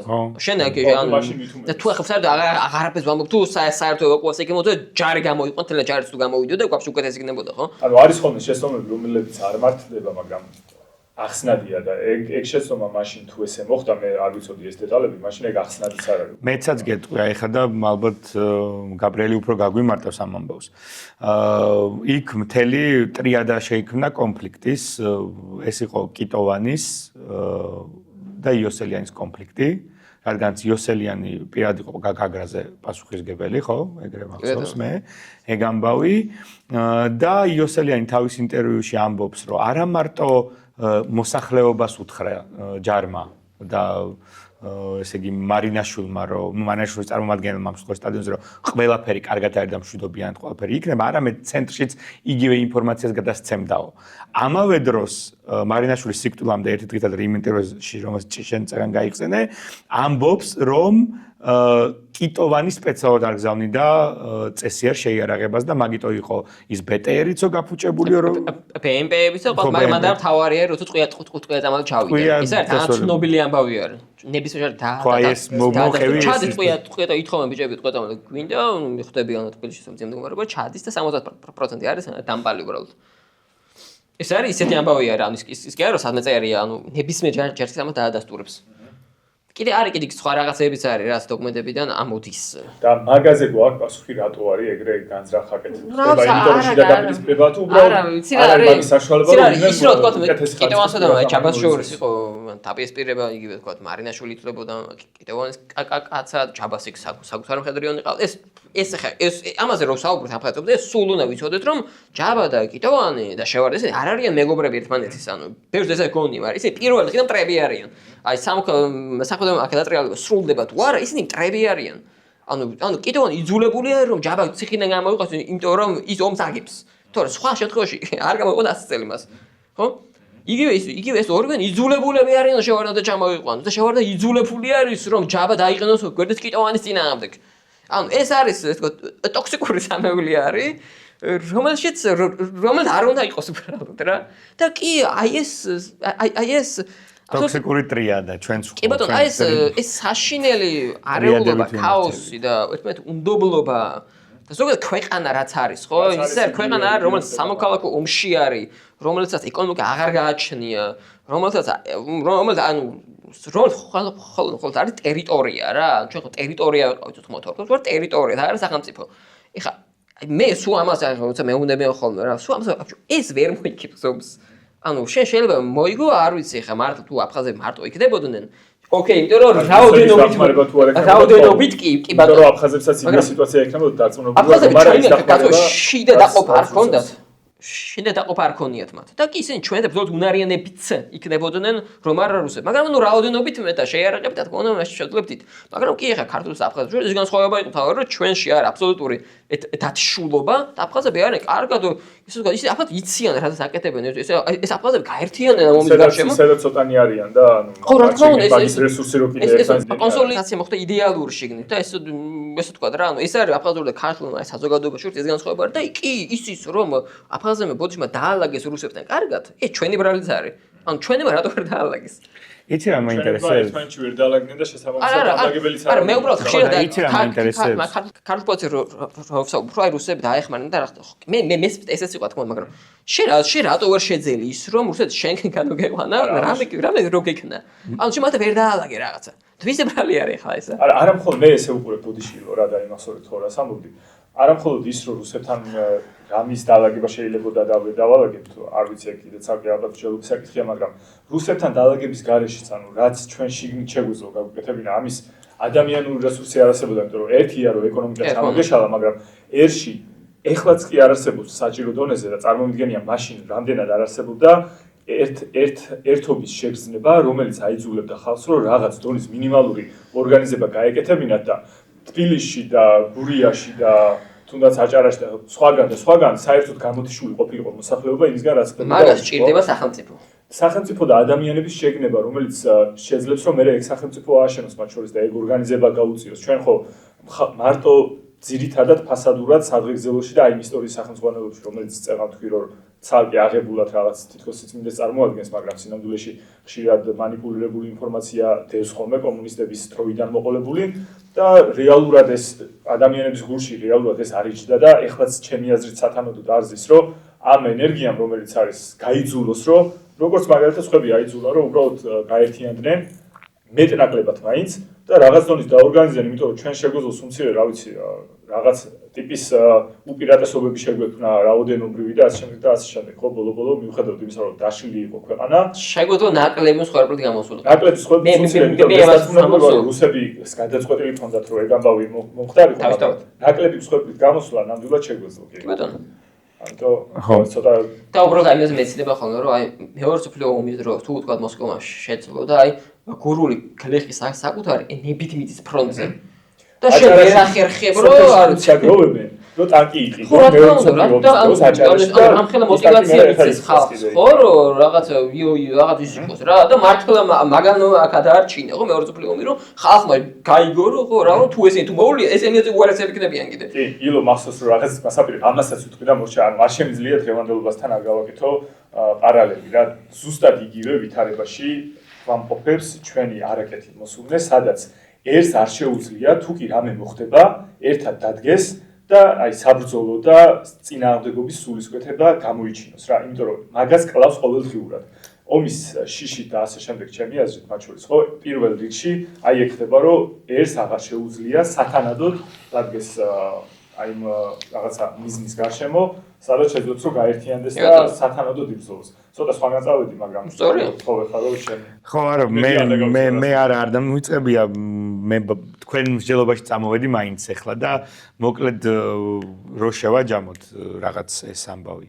მე მგონია რომ ეგეთი პერიოდი რაც მოხდა 90-იანებში საქართველოში და ეს რაღაც ტრიუმვირატებით სამმაგი თუ ოთხმაგი მართლობით მათ შორის მე ზვიადის ჩამოსვლა და დაბრუნება მათ ცალკე ფაქტორი იყო აფხაზეთის ომის დროს.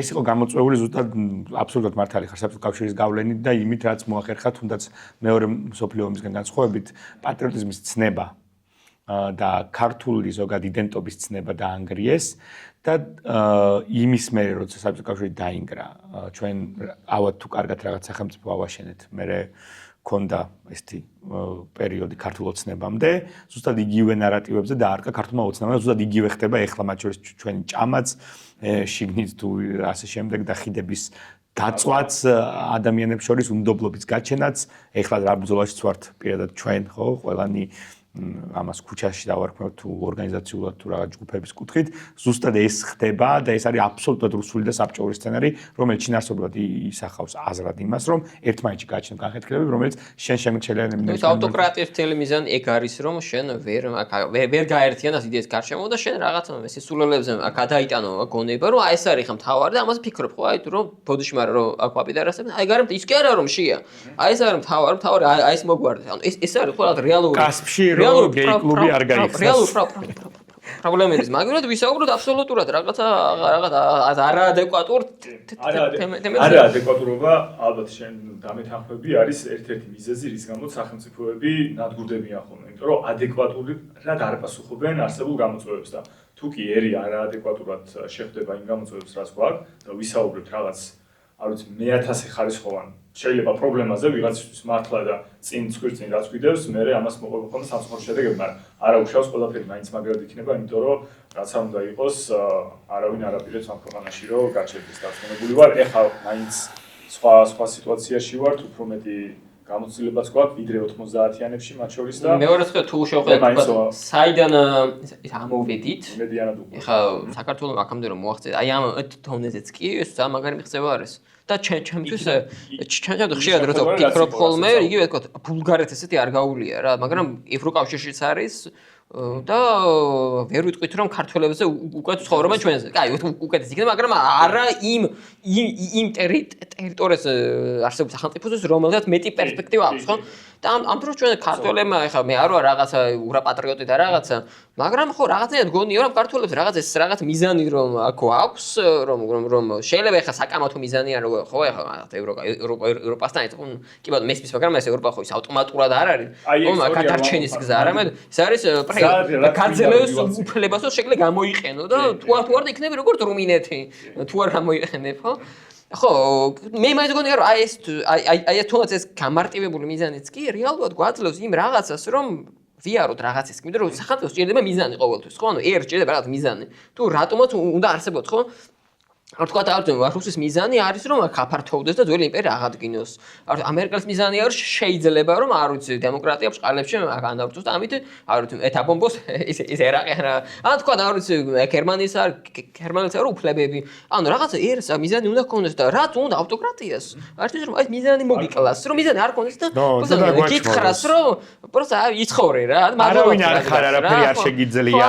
პრეტენზიას არ უნდა ქონდეს, რაც არის მაგალითად. მათ შორის ქართული ისტორიის მქონე ადამიანისთვის მხოლოდ ცეკვაზე და სიმღერაზე შეჩერება და ამით ტკბობა არის დანაშაული საბჭოთა ეს არის აბსოლუტურად პორტრეტი ქართველს ეს რომ და ქართველო ძალიან კარგად მოირგეს იმ პერიოდში ეს რომ ნუ ზარმაცები ვარ და ზარმაცები ფული მოდიოდა ხო ცეკვას ამაში ქართველი აკეთებდნენ უამრავ ფულს იმიტომ რომ საქართველოს პროდუქტივს ამარაგებს საქართველოს ვინც კულტურა კარგად შეირწყო რუსეთმა ხო სიმღერა ცეკვა და რაღაცა ეს იყო ქართული იყო როგორც ესეთი რა პრივილეგია ასე ვთქვათ რა და ჩვენც რა თქმა უნდა მოგწონდა ეს როლი იმიტომ რომ კეთდება ფული და ჩვენც მთლიანად ცხოვრობდით ქვეშევრდომი იყავი და არ შეიძლება ჩვენი ისტორიის ერისთვის რომელიც ვამბობთ რომ ღვინო პირველად ჩვენ დავწურეთ პრეტენზია არსებობს რომ მეტალურგიაში გვაქვს წვლილი შეტანილი ჩვენს წინაპრებს მათ შორის შუა საუკუნეებში მაშინდელი მსოფლიოს ერთ-ერთი საუკეთესო სახელმწიფო ჰქონდა და კიდევ მრავალი ათასი რამ არ შეიძლება ცეკვის და სიმღერის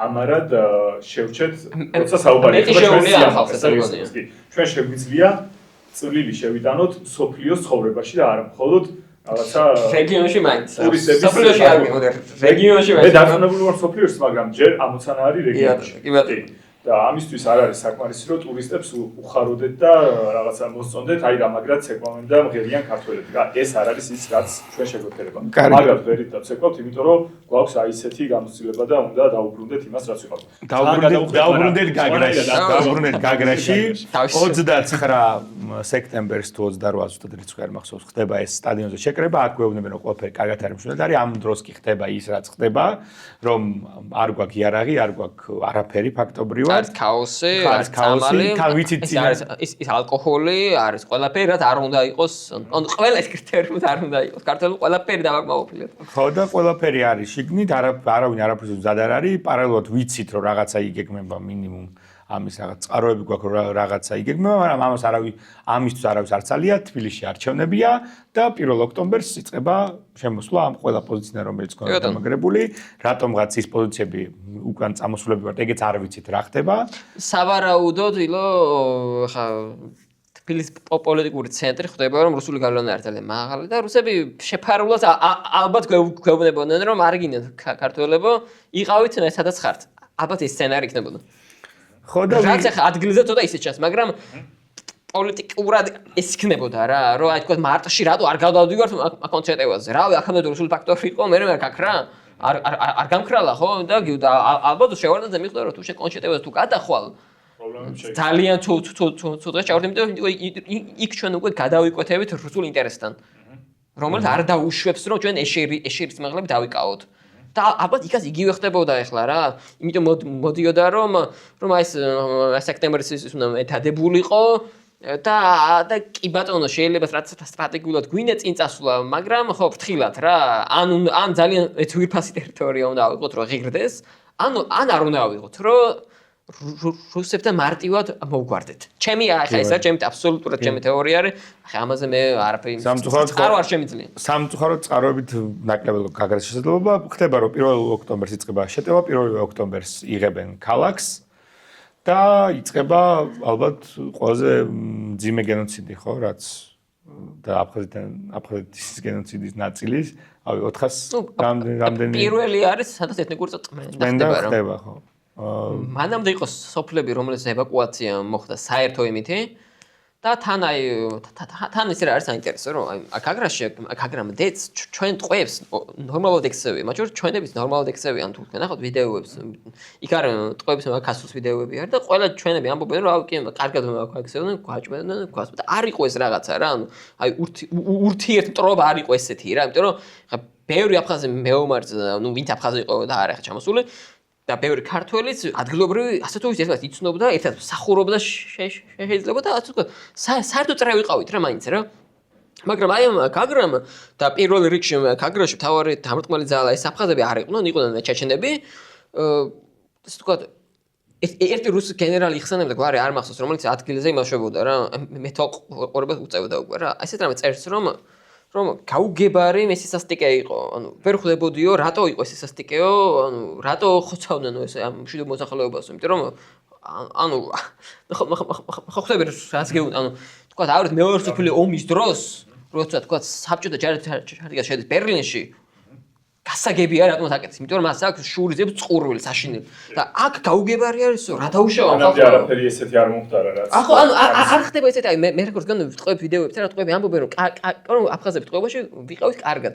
მაგრამ აი ქაგრაში ეს რაღაც არა მე ჩეჩენები ძირითადად რომელსაც მე უკვე მეორე ეშელონად უკვე აფხაზები ჩამოყვნენ რომელთა ინტერესი უთავაროდ იყო იცის რომ უბრალოდ სასახლები ჩაიგდონ ხელში და მათ ჭირდებოდა სახს პატრონი არ ყავდეს ხო?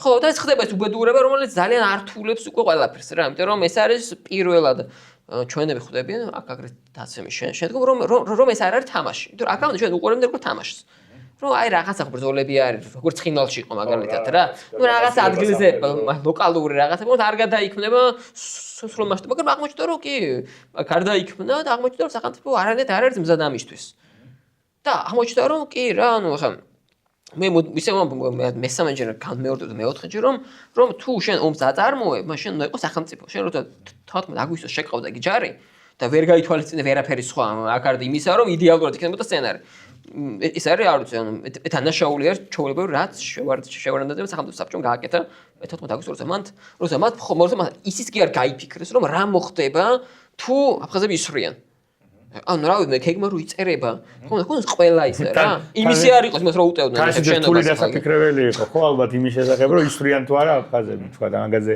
კითხვის ნუ აი ვითომ შეთანხმებულები იყვნენ აი ვითომ რაღაცა ვითომ მაგრამ რისკი ხო ახლა ელემენტარული რისკი უნდა აქ აითვალოს ხო ანუ შეიძლება შეთანხმებულები ხანდახან ყველა რუსი აგენტი არ რუსი აგენტი არ მე გამგონია კიტოვანის არ ყო რუსი აგენტის არ ყოფილა არც ჩაბა მაგრამ უბრალოდ მისი ქმედებით რუსების ინტერესებს არა მარტო იგი ხა კიტოვანი მაგალითად ის არ არის არანაირად რუსეთის აგენტი მაგრამ ის არის თავის კაცი არის ხა სახელმწიფო კი არა მე ის ხა თუ მას თაშირდება რუსეთს გამოიყენა თუ თაშირდება არ გამოიყენს იგივე მესაც არა ერთად მე გიორგაძე არის რუსეთის აგენტი მაგალითად ეს არის ერთგვარად რუსეთის ჩეკისტი არის ჩვეულებრივი ხო რომელიც ეს ამინის სასახლის შტორმში მონაწილეობდა ეს ალფა სპეცრაზმით ეს არის 79-ში როცა ავღანეთში შედიან იქ იყო გიორგაძე და არის აღიარებული რუსის პაგონებიანი ხო მაგრამ კიტოვანი არ არის ეგ კიტოვანი თავის თემაში არის რა ის მაგალითად თავდასავლელი არის თავიდან 92 წელს მას არაფერი არ ეთყობა რომ ის რიტორიკას არაფერი ეჭავს ესეთი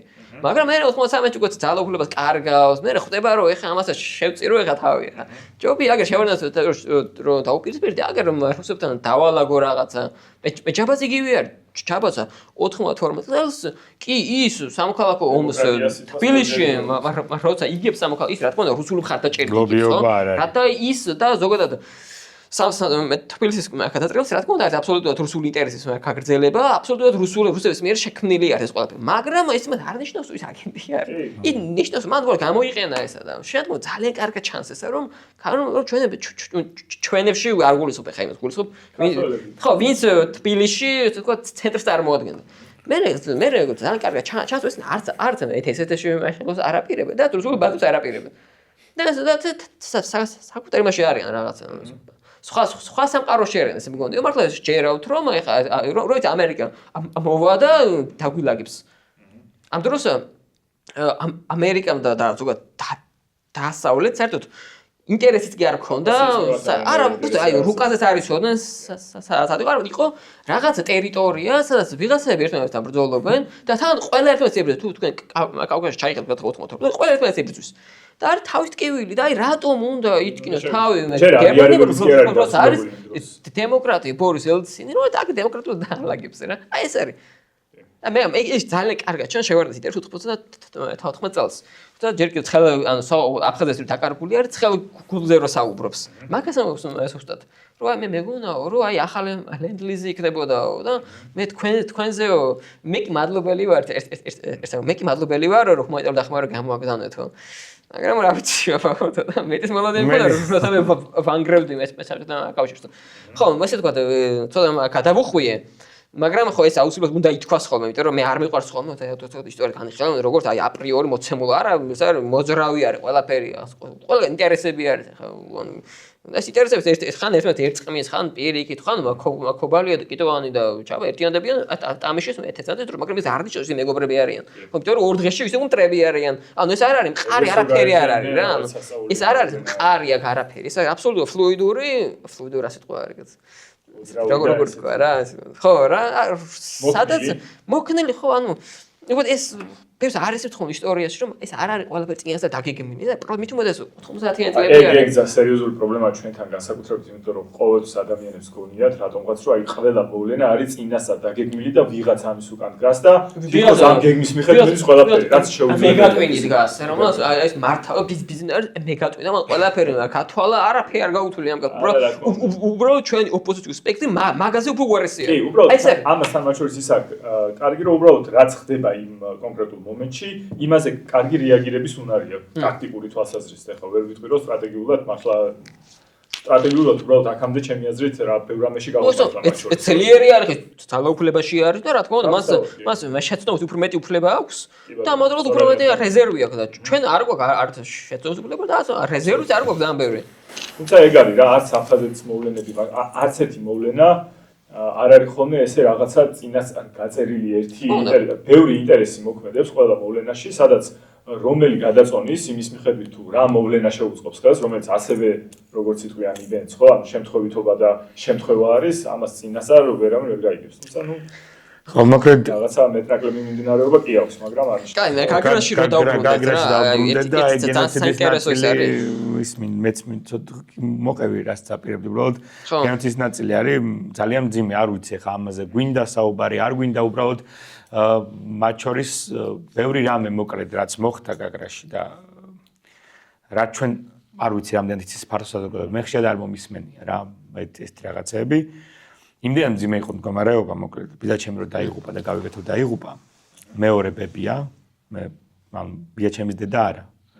დედაჩემის დედა, როდესაც ეძებდნენ გიას სად იყო და ასე შემდეგ, სანაპიროზე ჩავიდა, სადაც ასობით გვამი გადაყარეს აფხაზებმა. და ნუ ჩეჩნებმა. და ესე მათ შორის დადიოდა, იმდენ დასახიჩრებული იყო ყველა გვამი, რომ სათითაოდ გიწევდა აი გარკვევა ვინ აი ეს ადამიანი ვინ იყო და ესე ეძებდა რა ბოლოს ბიძაჩემის გვარის სამომწყობოში აღმოაჩინეს ნუ ცალკე ისტორიაა მაგრამ ნებისმიერ შემთხვევაში იმდენად მძიმე რაღაცებს მიყვებოდნენ ჩემები და რა ვიცი რაღაცები რომ ხანდახან დაუჯერებელიც არის რაც ხდებოდა გაგრაში იმიტომ რომ სხვა ისინიც ვიცი ხა მაგალითად რაღაც თავით თამაში და რაღაც ფეხბურთის და ეს არ ვიცი რამდენად იცი მაგრამ ზოდ ვიცი მაგალითად ბებიაჩემი რომ არ მოიტყვებოდა ამ ამბავს რომ ბიძაჩემის საძებნელად წავიდა და ხო და იქ იმდენი გვამი იყო რომ ანუ რამოდენიმე საათი დადიოდა რომ ენა ეპოვნა გია გარკვეულწილად იმის გამო რომ ალბათ ცენტრალური ხელისუფლება არ იყო და საერთოდ არ იყო არანაირი გავლენა ინდივიდების დონეზე მიღებული სხვადასხვა ტიპის გადაწყვეტილებები, რომელიც შეიარაღებული პირის მხრიდან განსაკუთრებით ხდებოდა და რამაც ძალიან ძიმე ესკალაცია გამოიწვია ბოლოს და აი ამ ოქტომბრის ამბებში განსაკუთრებით ძიმე ფორმები მიიღო. Რა თქმა უნდა, ჩეჩნების დამსახურებაც იყო. მათ შორის გაბრაზებული სომხების დამსახურებაც იყო, ვინც ასე ვთქვათ, რაღაც შევიწროების მსხვერპლი იყო. საბოლოო ჯამში ეს ყველაფერი გარკვეულწილად იმის შედეგად მოხდა, რომ ვიღაც ადამიანებს შეიარაღებულებს განსაკუთრებით ქონდათ ის ძალაუფლება, რომელიც ნორმალურ სახელმწიფოში მათ არ უნდა ქონდათ. და ზოგ შემთხვევაში რაღაც დანაშაულებებსაც ქონდათ, ასე ვთქვათ, მე ესე შევაჯამებდი მოკლედ, რომ ეგ ამბავი გარდაულად მოხდებოდა აფხაზეთის კონფლიქტს გულისხმობ და აი ამ მხრიდან, აი ამ ჯგუფების მიერ და მისი წევრების მიერ განხორციელებული ცალკეული ქმედებები იყო რა ვიცი, litrობით ნავთის დასხმა ცეცხლზე, რომელიც უკვე დანთებული იყო და გარდაულად აგიზგიზდებოდა რა. მე ესე ვუყურებ, აი მაგ ამბავს მათ შორის რაც შენ ახლა გაიგე. კი, მეც ეგრე ვამბობ, რომ ეს ყველაფერი რუსებმა ყველაფერი გააკეთეს იმისთვის, რომ რაც იყო მათ შორის პატარა შეიძლება რაღაცა ცეცხლი უკვე ენთო და ამას ძალიან მძიმე განვითარება მისცეს. მათ შორის განსაკუთრებით იმით, რომ თუნდაც ჩეჩნები სპასაევის ამბავი და ასე შემდეგ შემოიყვანეს, რომელიც საერთოდ დანდობა არ ქონდათ. ინტერესი საერთოდ სხვა იყო. მათ ინტერესი, ესე ვიცი მე რა, რომ თქვათ რეგიტები როცა მოდიოდნენ, გარდა იმისა, რომ მასწავლდნენ ფულს, ასევე ეუბნებოდნენ, რომ აი სახლი არის, მაგას აიღებ, აი მაგალითად ბიზნესი არის, კოოპერატივები ხო იყო უკვე რა. აი ბიზნესი შენი გახდებოდ. იგი აი ცოტა პაგონებიანებთან ბიზნესებზე იყო, რომ აი ეს რაღაცა ფაბრიკა რო დგას, გახდება შენი. რაც ხდებოდა მაშინ რა. ნუ ეხაც იგივე მოხდა, იგივე ქაოსიო ჩავარდეს, ეხაც იგივე ეხლა თქვა, ეხაც ქართულს რატო ბრძოლობს ხო, რომ რაღაცები ფინანსური ინტერესებით დაიკმაყოფილოს. ხო, თავად აქ ინტერესებიც არის, ხო, ჩრდილო კავკასიელებს ინტერესი, ეხლა პოლიტიკური ინტერესი არის, სოხუმი არის, იმიტომ რომ მათ უნდათ ზღვაზე რო გავიდნენ უნდათ რა. და ხო, აი ეს მანდ არის როგორ თქო სტრატეგიული ინტერესი, რომ კავკასიელ ხალხთა კონფედერაცია სურს რომ გავიდეს ზღვაზე და პორტი კონდეს და მეორე არის ადგილობრივი ინტერესი, ერთი არის ფული და მეორე არის რომ მათ პირდებიან, რომ აი სახლი არის, თქო რომ მაღალ ჩენიას მიცემენ ბიზნესებს და ესე არის დაალაგდება. უბრალოდ ამის, უბრალოდ ეს ვერ მოხდება თუ იქ ქართველები ცხოვრობენ. ძალიან მარტივია. თავად ეხა მე ვარ საუბრობ ხოლმე ხო აი აფხაზეთის ომზე დაახოთა აფხაზეთის ომზე ზოგადად რა მე არ ვარ ხოლმე რომ აი გამოვიყვანოთ ვიღაცა და თავს საჯოთ და ხა რა უნდა 70 წლის კაცს რა უნდა უთქვა ეხლა მე კიტოვანი რო ცოცხალი იყო რა უნდა მექნე ხო დაგვეჭირა ეხლა რა 80-ის არის უკვე და რა იყოს რა უბრალოდ მე ვამხოლოდ პოლიტიკური და მორალური პასუხისმგებლობა ითქვას რომ აი შენ აქ ვერ მოაგვარეს შენ აი სტადიონს ხალხი რო შეკრიბედეს უთხარი რომ შენ აი არ ემორჩილებოდი შტაბს რა და აი შენ მოხდა ესა. უბრალოდ ვიცოდეთ რომ ხო რა აი თქვა რასაც ქართულს ეხლა აკეთებს. იგივე თქვა რაც ნაცმოს რა აკეთებდა. იქ რეალურად დასჯილიყო. ესენი შეიძლება ეს არ ეკნათ უბრალოდ რა ეს ყველაფერი. იმიტომ მათ იციან რომ რეალ გარდაისაჯენენ ხო ვინც ეთასაჯელი იყო და პირდა უბრალოდ აი ეს რო არ არის. ის რო არ არსებობს რა რო ვიცი არავინ არ ისჩება. ზოგადად ისტორიაში არაფერი არ ვიცით ჩვენ ეხლა არც ძველი არც ახალი ხა. ჩვენ შეგვიძლია ვაკრიტიკოთ საბჭოთა პერიოდში, მაგრამ არაფერი არ ვიცით იქ რა ხდებოდა. არა წარმოდგენა არ აქვს. თქვენ ვერ ნახოთ ერთ ანუ რამდენი ქართული ისტორიკი აი 15 ვერ ჩამოთვლი ისტორიკოს ქართული ისტორიკოს რომელიც არის საერთაშორისო აფილირებული ჟურნალებში აქვეყნებს სტატიას ვერ ნახოთ და კი ახლა როცა ჩვენ საუბრობთ იგივე თქვა აი რუსეთი რა ცუდი არ და რაღაცა ხო ანუ რეალ არგუმენტი არ გაქვს არ გისწავლია აი 60-ში მაგალითად 91-92 რა ხდებოდა არ ვიცი აი რო ვამბობთ რუსეთი აი რატო არის ოკუპანტი რუსეთმა რომ ეკითხრას შენ საერთაშორისო აფილირებული ჟურნალები და სტატიას ვერ მისცემ ის რომ ჯორჯ ჰიუიტი წერს სიგიჟებს ჩვენ ვერ მოპირწოთ ვერაფერს. იმიტომ რომ ის ჯორჯ ჰიუიტი წერს თორთოვი კემბრიჯი არის აღარ მახსოვს აფილირებულ ჟურნალში და მისი სტატიებს ნებისმიერ აკადემიკურში დაიმოწმებს პირველ ხარისხს, იმიტომ რომ ის არის ყველაზე მაღალი აფილიაციის. მიიღოს და ამ დროს ის კაცი არის პროპაგანდისტი. და შენ ამ დროს რომ ამბობ რომ აი რუსეთი არის ოკუპანტი 40 წელი აქვს ტანჯავთ 100 წელია და ამ დროს არ ვერ დაუმტკისებ. გაბრიელ ეს ოღონდ ის საქმეა რომელიც ისო მე და შენ ვიცით ეს არ თმარ. განათლების სისტემა რო არ გვაქვს საერთოდ ბოლო 30 წელიწად არ გვაქვს ეს მიჩნეული არის როგორც არ ვიცი რაღაც ეს ეთმეტი რაღაცა და ყველას გონია რომ ფულს მეკეთება არის მთავარი და რაღაც ეგრე არის ბავშვები ცოტა ხნის მოშორების ამბავია მე ესე უყურებ სოციალური ექსპერიმენტია ქართული სკოლა უკვე რა ხანია სადაც გარდა იმისა რომ ადამიანები არიან გამომწყდეული და ზიზღდებათ ყველაფერი რასაც აიძულებენ რომ გააკეთონ და აიძულებენ ცუდი გაგება. ტრაუმირებულები გამოდივართ ყველა ნუდუმდივად მართვა რომ თბილისის რელიგიური სკოლა რაც იყო გიმნაზია რაც იყო უფრო მეტი რევოლუციონერი გამოზარდა ვიდრე სტალინს მასწავლობდა. ამიტომ ხო ეგ თავრობების დამსახურებაა რომ არა თუ ხალხმა არ იცის არამედ ისეთი პროფესიონალების სულიერ აკადემიაში შემოშალ. მნიშვნელოვანი რაოდენობაც არ ყავს ვინც კი მათ შორის შერასთვი აი ამ აკადემიის დონეზე საჩვენო საინფორმაციო ველს შექმნიდა.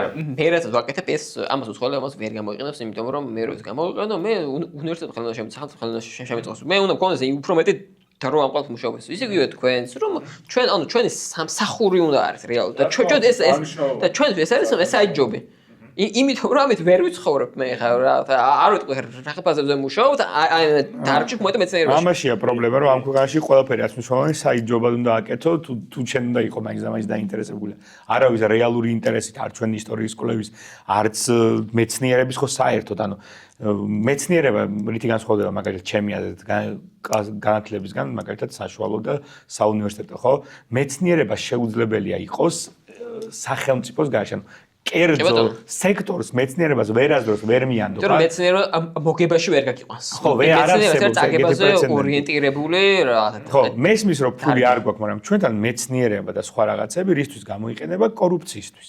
პირდაპირ გეტყვი. რომ ვიღაც ტიპები უნივერსიტეტებში მერე უკვე სამეცნიერო დონეზე და ასე შემდეგ თბილად კარგად ყავდნენ ის გრანტები რა ვიცი. რაც ხდება ჩვენ ქვეყანაში ბიზნეს მაგალითად რაც გააკეთა ეხლა სახელებს და გვარებს არ დავასახელებ გარკვეულ დროს ამ ადამიანებთან კარგი ურთიერთობა მქონდა, მაგრამ დღეს ზუსტად ვიცი, რის გამო იყვნენ რომელიღაც ფონდებში ხელმძღვანელები, მე როგორ დაინიშნენ სხვა თანამდებობას და ასე შემდეგ. ანუ ეს ასე ვთქვათ, როგორი მანკიერი სისტემა თუ არ დაინგრევა, მართლა ძალიან გაგვიჭირდება პოდკასტებით რამოდენიმე ადამიანთან საუბრით ამის გარკვევა. ხო, იმიტომ რომ ჩვენ შეიძლება ეხლა ბაბლს ვესაუბრებთ. კი, მოგვისმენს ადამიანი, ვინცაც ეზოდება რომ აი ილომ გააზიარ და შეიძლება რაღაც საინტერესო იყოს, აი გაბრიელმა ილაპარაკა და გაბრიელის მეგობრები და ვისაც ელაპარაკებდა და ასე შემდეგ, ვინც იცნობს, მე რეგიორგის ამით ჩვენ თუ სისტემაში ეს არ მოვიყვანეთ, ძალიან ძიმე შედეგები დაგვიწევს. ჩვენ უბრალოდ გადაარჩენ იმას რომ ვიღაც ადამიანები არ ვიცი 100-ში ერთი დაინტერესებულია საკითხით და არსად არაფერი ამის შესახებ რომ არ შეუძლია გაიგოს, აი თუნდაც ესეთი გადაცემებით შენაირი ადამიანების მოწვევით მათ შორის ისინი მაინც დაინახავენ და ეს გაგრძელდება ეს ხაზი რომელიც ადრე თუ გვიან უნდა მივიყვანოს იქამდე რომ ეს ყველაფერი განხორციელდეს. ნაკვერჩხალს მაინც ვინარჩუნებთ ამ პოდკასტებით ესე მგონია. ეგეც მნიშვნელოვანია. კი, აუცილებელი ნაკვერჩხალს მქონდა კომუნისტების დროს. არა, კომუნისტების დროს ესე არ იყო ხოდაშორის. კომუნისტებს რო შენ შეიძლება ანუ შენი იმისთვის რო გემუშავა, უბრალოდ არ უნდა შეხებოდე რა. მე რა გულს ზოგად ხო, მაგრამ აი დაფინანსებს არქეოლოგებს კიდე რა ხდებოდა მაშინ. ანუ მაშინ აღმოჩნდა ყველაფერი, იმიტომ რომ საქართველოში იყო ერთ-ერთი ტოპგანვითარებული ფული ჩადიოდა. არა, ხო, ანუ უახლო ისტორიაზე ხოლოდ, მაგრამ უსაფრთხო იყო შუა საუკუნეები და დაფინანსებდა ყოიცით რომ ეხლა მე მაშინ რომ მეცხოვრა, ეხლა თუ არა რამდენი წელიწად უკვე მეყოლებოდა ვოლგა, ჩეხური, სამოდაფინანსებდა მისხოვრებით ყარად შვიდად. ეხლა შუა საუკუნეებიც აღარ არის, იმიტომ რომ გოჯოფის ეკლესია რომელიც მართლა რა მასშტაბურია მე არქივები დახურეს. არქივები დახურეს. კაიხანია დახურულია. ხო, კაიხანი ქართულოცნება ეგ ძალიან მნიშვნელოვანი რაღაცაა. ეხლა ამაზე მართლა ძალიან ბევრ თემას ვედებით. კაიხანები არის ამაგერად. ჩვენ ცოტა პოლიტიკის ყველა სტუმარს გვიდებით რომ კიდე მოვიწიოთ და კიდე ვისაუბროთ სხვადასხვა რამეზე გვინდა საუბარი. კაი, მაშინ კაგრაში დაუბრუნდეთ ერთი ძალიან საინტერესო რაღაც არის, რაც არის, აი მე უდესმე თუ წესიერ ქვეყანა თუ შედგება ეს, ანუ რაღაცა შეგვიძლია რაღაცა ხელში შეუწყოთ. არის ის რომ კაგრა დაეცა თუ არა, შეიქმნა საპარლამენტო კომისია და დაიწყო პროკურატურამ აღზრდა საქმე მაგარი საინტერესო თემასთან დაკავშირებით და მათ ჩაუდგა პროკურორი არჯევან ალომიძე და მე ფეგასანათ აი ესე იგივენად ვიტყვი ამასაც რომ აი რაოდენ გასაკვირიც არ უნდა იყოს ამ კაცო მართლა დაიწყო გამოძიება და დაკითხა საქმის კეთება დაიწყო მართლა ხო რა როგორ შოკი არის ხო და ნახევარი წელის დაკითხებს აწარმოებდა, დოკუმენტებს ნახულობდა, უბრალოდ მან ვერ დაკითხა ვერთ ჩევარნაძე, ვერთ გია, ვერთ ყარყარაშვილი, ვერთ ეკიტო, მაგრამ შედარება თქვენ ოფიცრობის დონეზე, მაგრამ იმუშავა ამ კაცმა.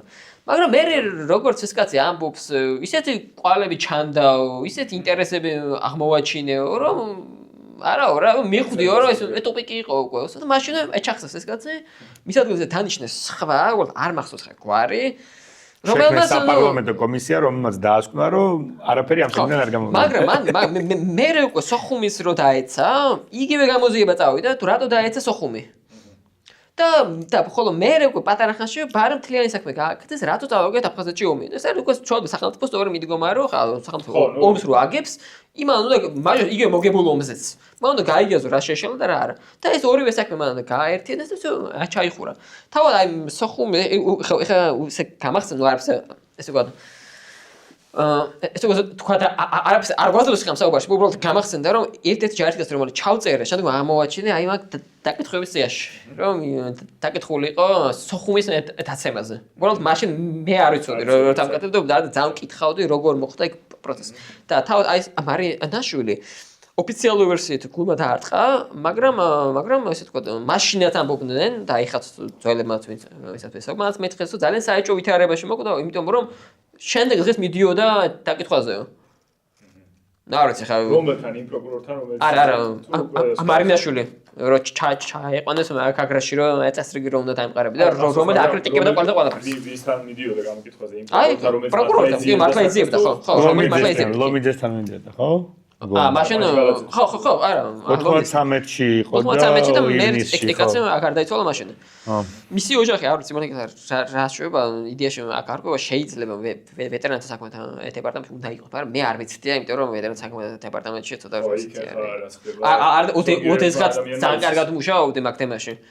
და დღეს პოსა არ შემიძლია სანამ ეს სიტუაცია უბრალოდ ვთქვათ, мотивация არ მაქვს, რომ იქ მივიღოთ იმიტომ რომ ძალიან მაგარი ბიჭები მუშაობენ იქ, რომლებიც შეიძლება და ბევრი ძალიან არასდროს პოზიციად განა, მაგრამ მე რო ვიცი რომ ჩაწერილიყო რომ ვიცი რა მაგარი ხალხი არიან, ხვდები რომ ეს მხოლოდ რომ ყველა არ არის ვალდებული რომ აი პროპაგანდას შეძლოს დაპირისპირება და ადეკვატური რეაგირება მასზე. ის არის რაც ყველამ უნდა ვიცოდეთ. ისეთ გერმანელებს არ გამოუვიდათ შედარება. არა, რატომ ყველაზე ინტელექტუალური ერი იყო მაშინ აქ გერმანიაში, ყველაზე ინტელექტუალური ერი იქცა ყველაზე დიდი ბოროტების შემდგენელად.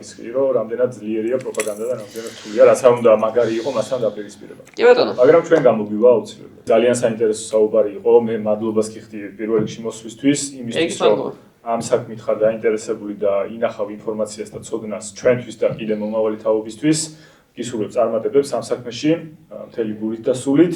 ვიმედოვნებ, რომ კიდე გვექნება საშუალება ან სხვა გადაცემის მეშვეობით კიდე ვისაუბროთ სხვა თემებზე, იმდენ თემაზე წავედით, რომ ყველა შეგვიძლია ავირჩიოთ. ეს იყო ჩვენი გადაცემის დღევანდელი საუბრები, მეგობრებო.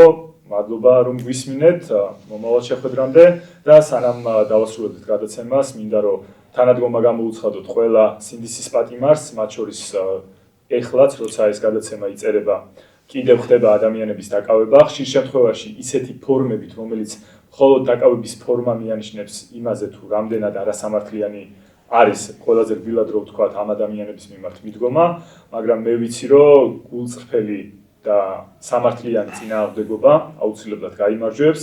ხნეობა არ უნდა დავკარგოთ, ამის უფლება არ გვაქვს, იმიტომ რომ თუ გადავავლოთ თვალს ჩვენს ისტორიას, შეიძლება ითქვას, რომ ერთ-ერთ ყველაზე კომფორტულ ბრძოლაში ვართ, ხო? როგორც ზაალჩხეიძე იტყოდა და ისევ გავიმეორებ, მაპატიეცალ, სანამ მიხვალთ სახში და შხაპის გადავლება შეგიძლიათ, ეს ნიშნავს, რომ ჩვენ სათანადოდ ისეთ ვითარებაში არ ვართ, სადაც უკან დახევის რაიმე მორალური ზნეობრივი უფლება გვაქვს, ამ ყველაფერი წინა უმძიმესი აუცილებლად გაიმარჯვებს. ეს არის სახადი, რომელიც უნდა მოვიხადოთ, რომ უფრო ძლიერები ვიყოთ. უმძიმესი მდგომარეობა, მეც ძალიან დიდ მადლობას მოგიხდი გაბრიელ პირველში სტუმრობისთვის და ისეთი ხალხი დაიჭირეს ამ 2-3 დღის განმავლობაში, რომ სიტუაცია აქამდეც არ იყო კარგი და სახარბიელო, მაგრამ ეხლა კიდევ უფრო მძიმდება ფონი ჩვენს ეკვლევ და უფრო ამ პატარა საზოგადოებაში უკვე მგონი არ დარჩა არც ერთი ოჯახი, სამეგობრო, წრე, ვისაც ეს არ შეეხო.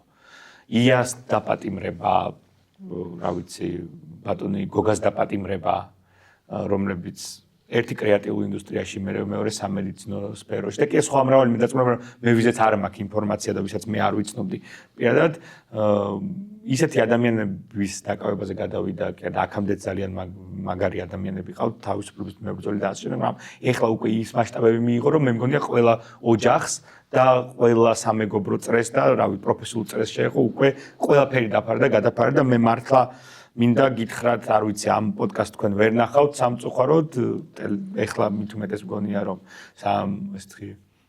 ტელევიზორიც კი არა აქვს და ტელევიზიაში რომ თქვა, მაინც ვერ გაგებენ, მაგრამ ისტორიას მინდა შემოუნახო, რომ ჩვენ ვიბრძოლებთ ბოლომდე აუცილებლად, ჩვენ ვიგზავნთ ყველაფერს, რაც ჩვენ შეგვიძლია რომ გავაკეთოთ თქვენთვის და ეს ქვეყანა აუცილებლად იქნება ისეთი პროფესიონალების ხელში და ისეთი მაგარი ადამიანების ხელში, როგორც გაბრიელია და როგორც კიდევ ბევრი ძალიან მაგარი პოლიტპატიმარი ყავს დღეს ჩვენ ქვეყანაში და ჩვენ აუცილებლად ავაშენებთ იმ ქვეყანას, სადაც ეს პერიოდი და ასეთი დაკავებები სირცხვილად ჩაითვლება და პასუხისმგებლობას აიღებს ყველა ვინც ამაში მონაწილეობდა და ვინც ეს ქვეყანა აქამდე მიიყვანა და მე მართლა იმედი მაქვს ამ ჩვენი ისტორიული საუბრის შედეგად კიდევ ერთხელ გავაანალიზებთ რა პრობლემები გვაქვს პასუხისმგებლობასთან დაკავშირებით, მათ შორის სიმართლის თქმასთან და იმასთან, როგორ უნდა დავიწყოთ ნამდვილად ქართული, ნამდვილად ჩვენი ისეთი სახელმწიფოს, როგორც ამერს ეკადრება ისეთი სახელმწიფოს მშენებლობა.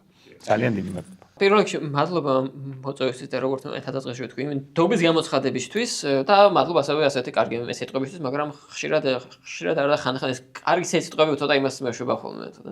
თავი მინდა ხოლმე რომ თავხაროთ ხოლმე ადამიანებმა როცა ესეთ კომპლიმენტებს გვაძლევენ.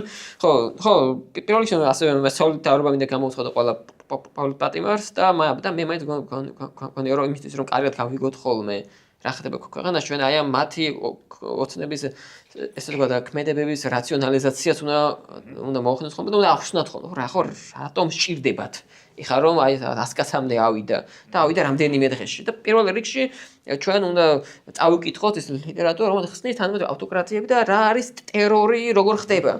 და ჩემი ახსნით ძალიან მარტივი არის, მათ მიზანი არის რა, რომ რამდენიმე დღეში მაქსიმალურად გაზარდონ წნეხი, მაქსიმალურად გვაჩვენონ, რომ არავის არ ინდობენ, რომ მათ ხო სპეციალურად დააკავეს 63 წლის კაცი, სპეციალურად დააკავეს ფოტოგრაფი, ყველანი ხო, რომ გვაჩვენონ, რომ ისინი არავის არ ინდობენ და ეს ყველაფერი ხდება რამდენიმე დღეში.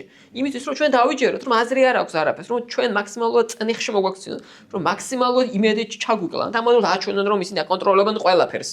და პირველ რიგში ეს ითარგმნება საკუთარი ამორჩეულის კონსოლიდაციაზეც, რომელიც მათ ძალიან სჭირდებოდათ. და თავის მხრივ საკუთარ ამორჩეულსაც ეუბნებიან, რომ შენ იგივე დაგემართება, რომ მე არ დაგინდობ. და ამავდროულად თან ესე ვთქვა, მესიჯი არის ყველასადმი. ხო, რომ ავტოკრატის ელმუღამი რა არის, რომ შენ გეუბნება, რომ კი ბატონო, აქ იქნება დიქტატურა, მაგრამ იქნება წესრიგი. და ქართულ ესმე ხა თავის ხალხსაც რო იჭერს, მაგით ხდება, რომ აი მე არავის არ დავინდობ რა. რომ აი მე შეიძლება დემოკრატია არ მოგცე, მაგრამ ნახე წესრიგი იქნება, ნახე კორუფცია არ იქნება. და ეს ჩვენური პოლიტიკის ნაწილია და კი ხშირად შეიძლება ხოლმე რომ მათ ქმედებებს მოუნახოთ კარგი ახსნა და ჩავსვათ კონტექსტში და გავიგოთ რომ ეს ყველაფერი ფსიქოლოგიური ომის ნაწილი არის და არა მხოლოდ ის რომ ესენი მთელი ცხოვრება ესე იქნებიან. არა, ესენი მათ დასჭირდებათ ამ წნეხის დაწევა ადრე თუ გვიან. იმიტომ რომ ეს საზოგადოება ვერ იცხოვრებს.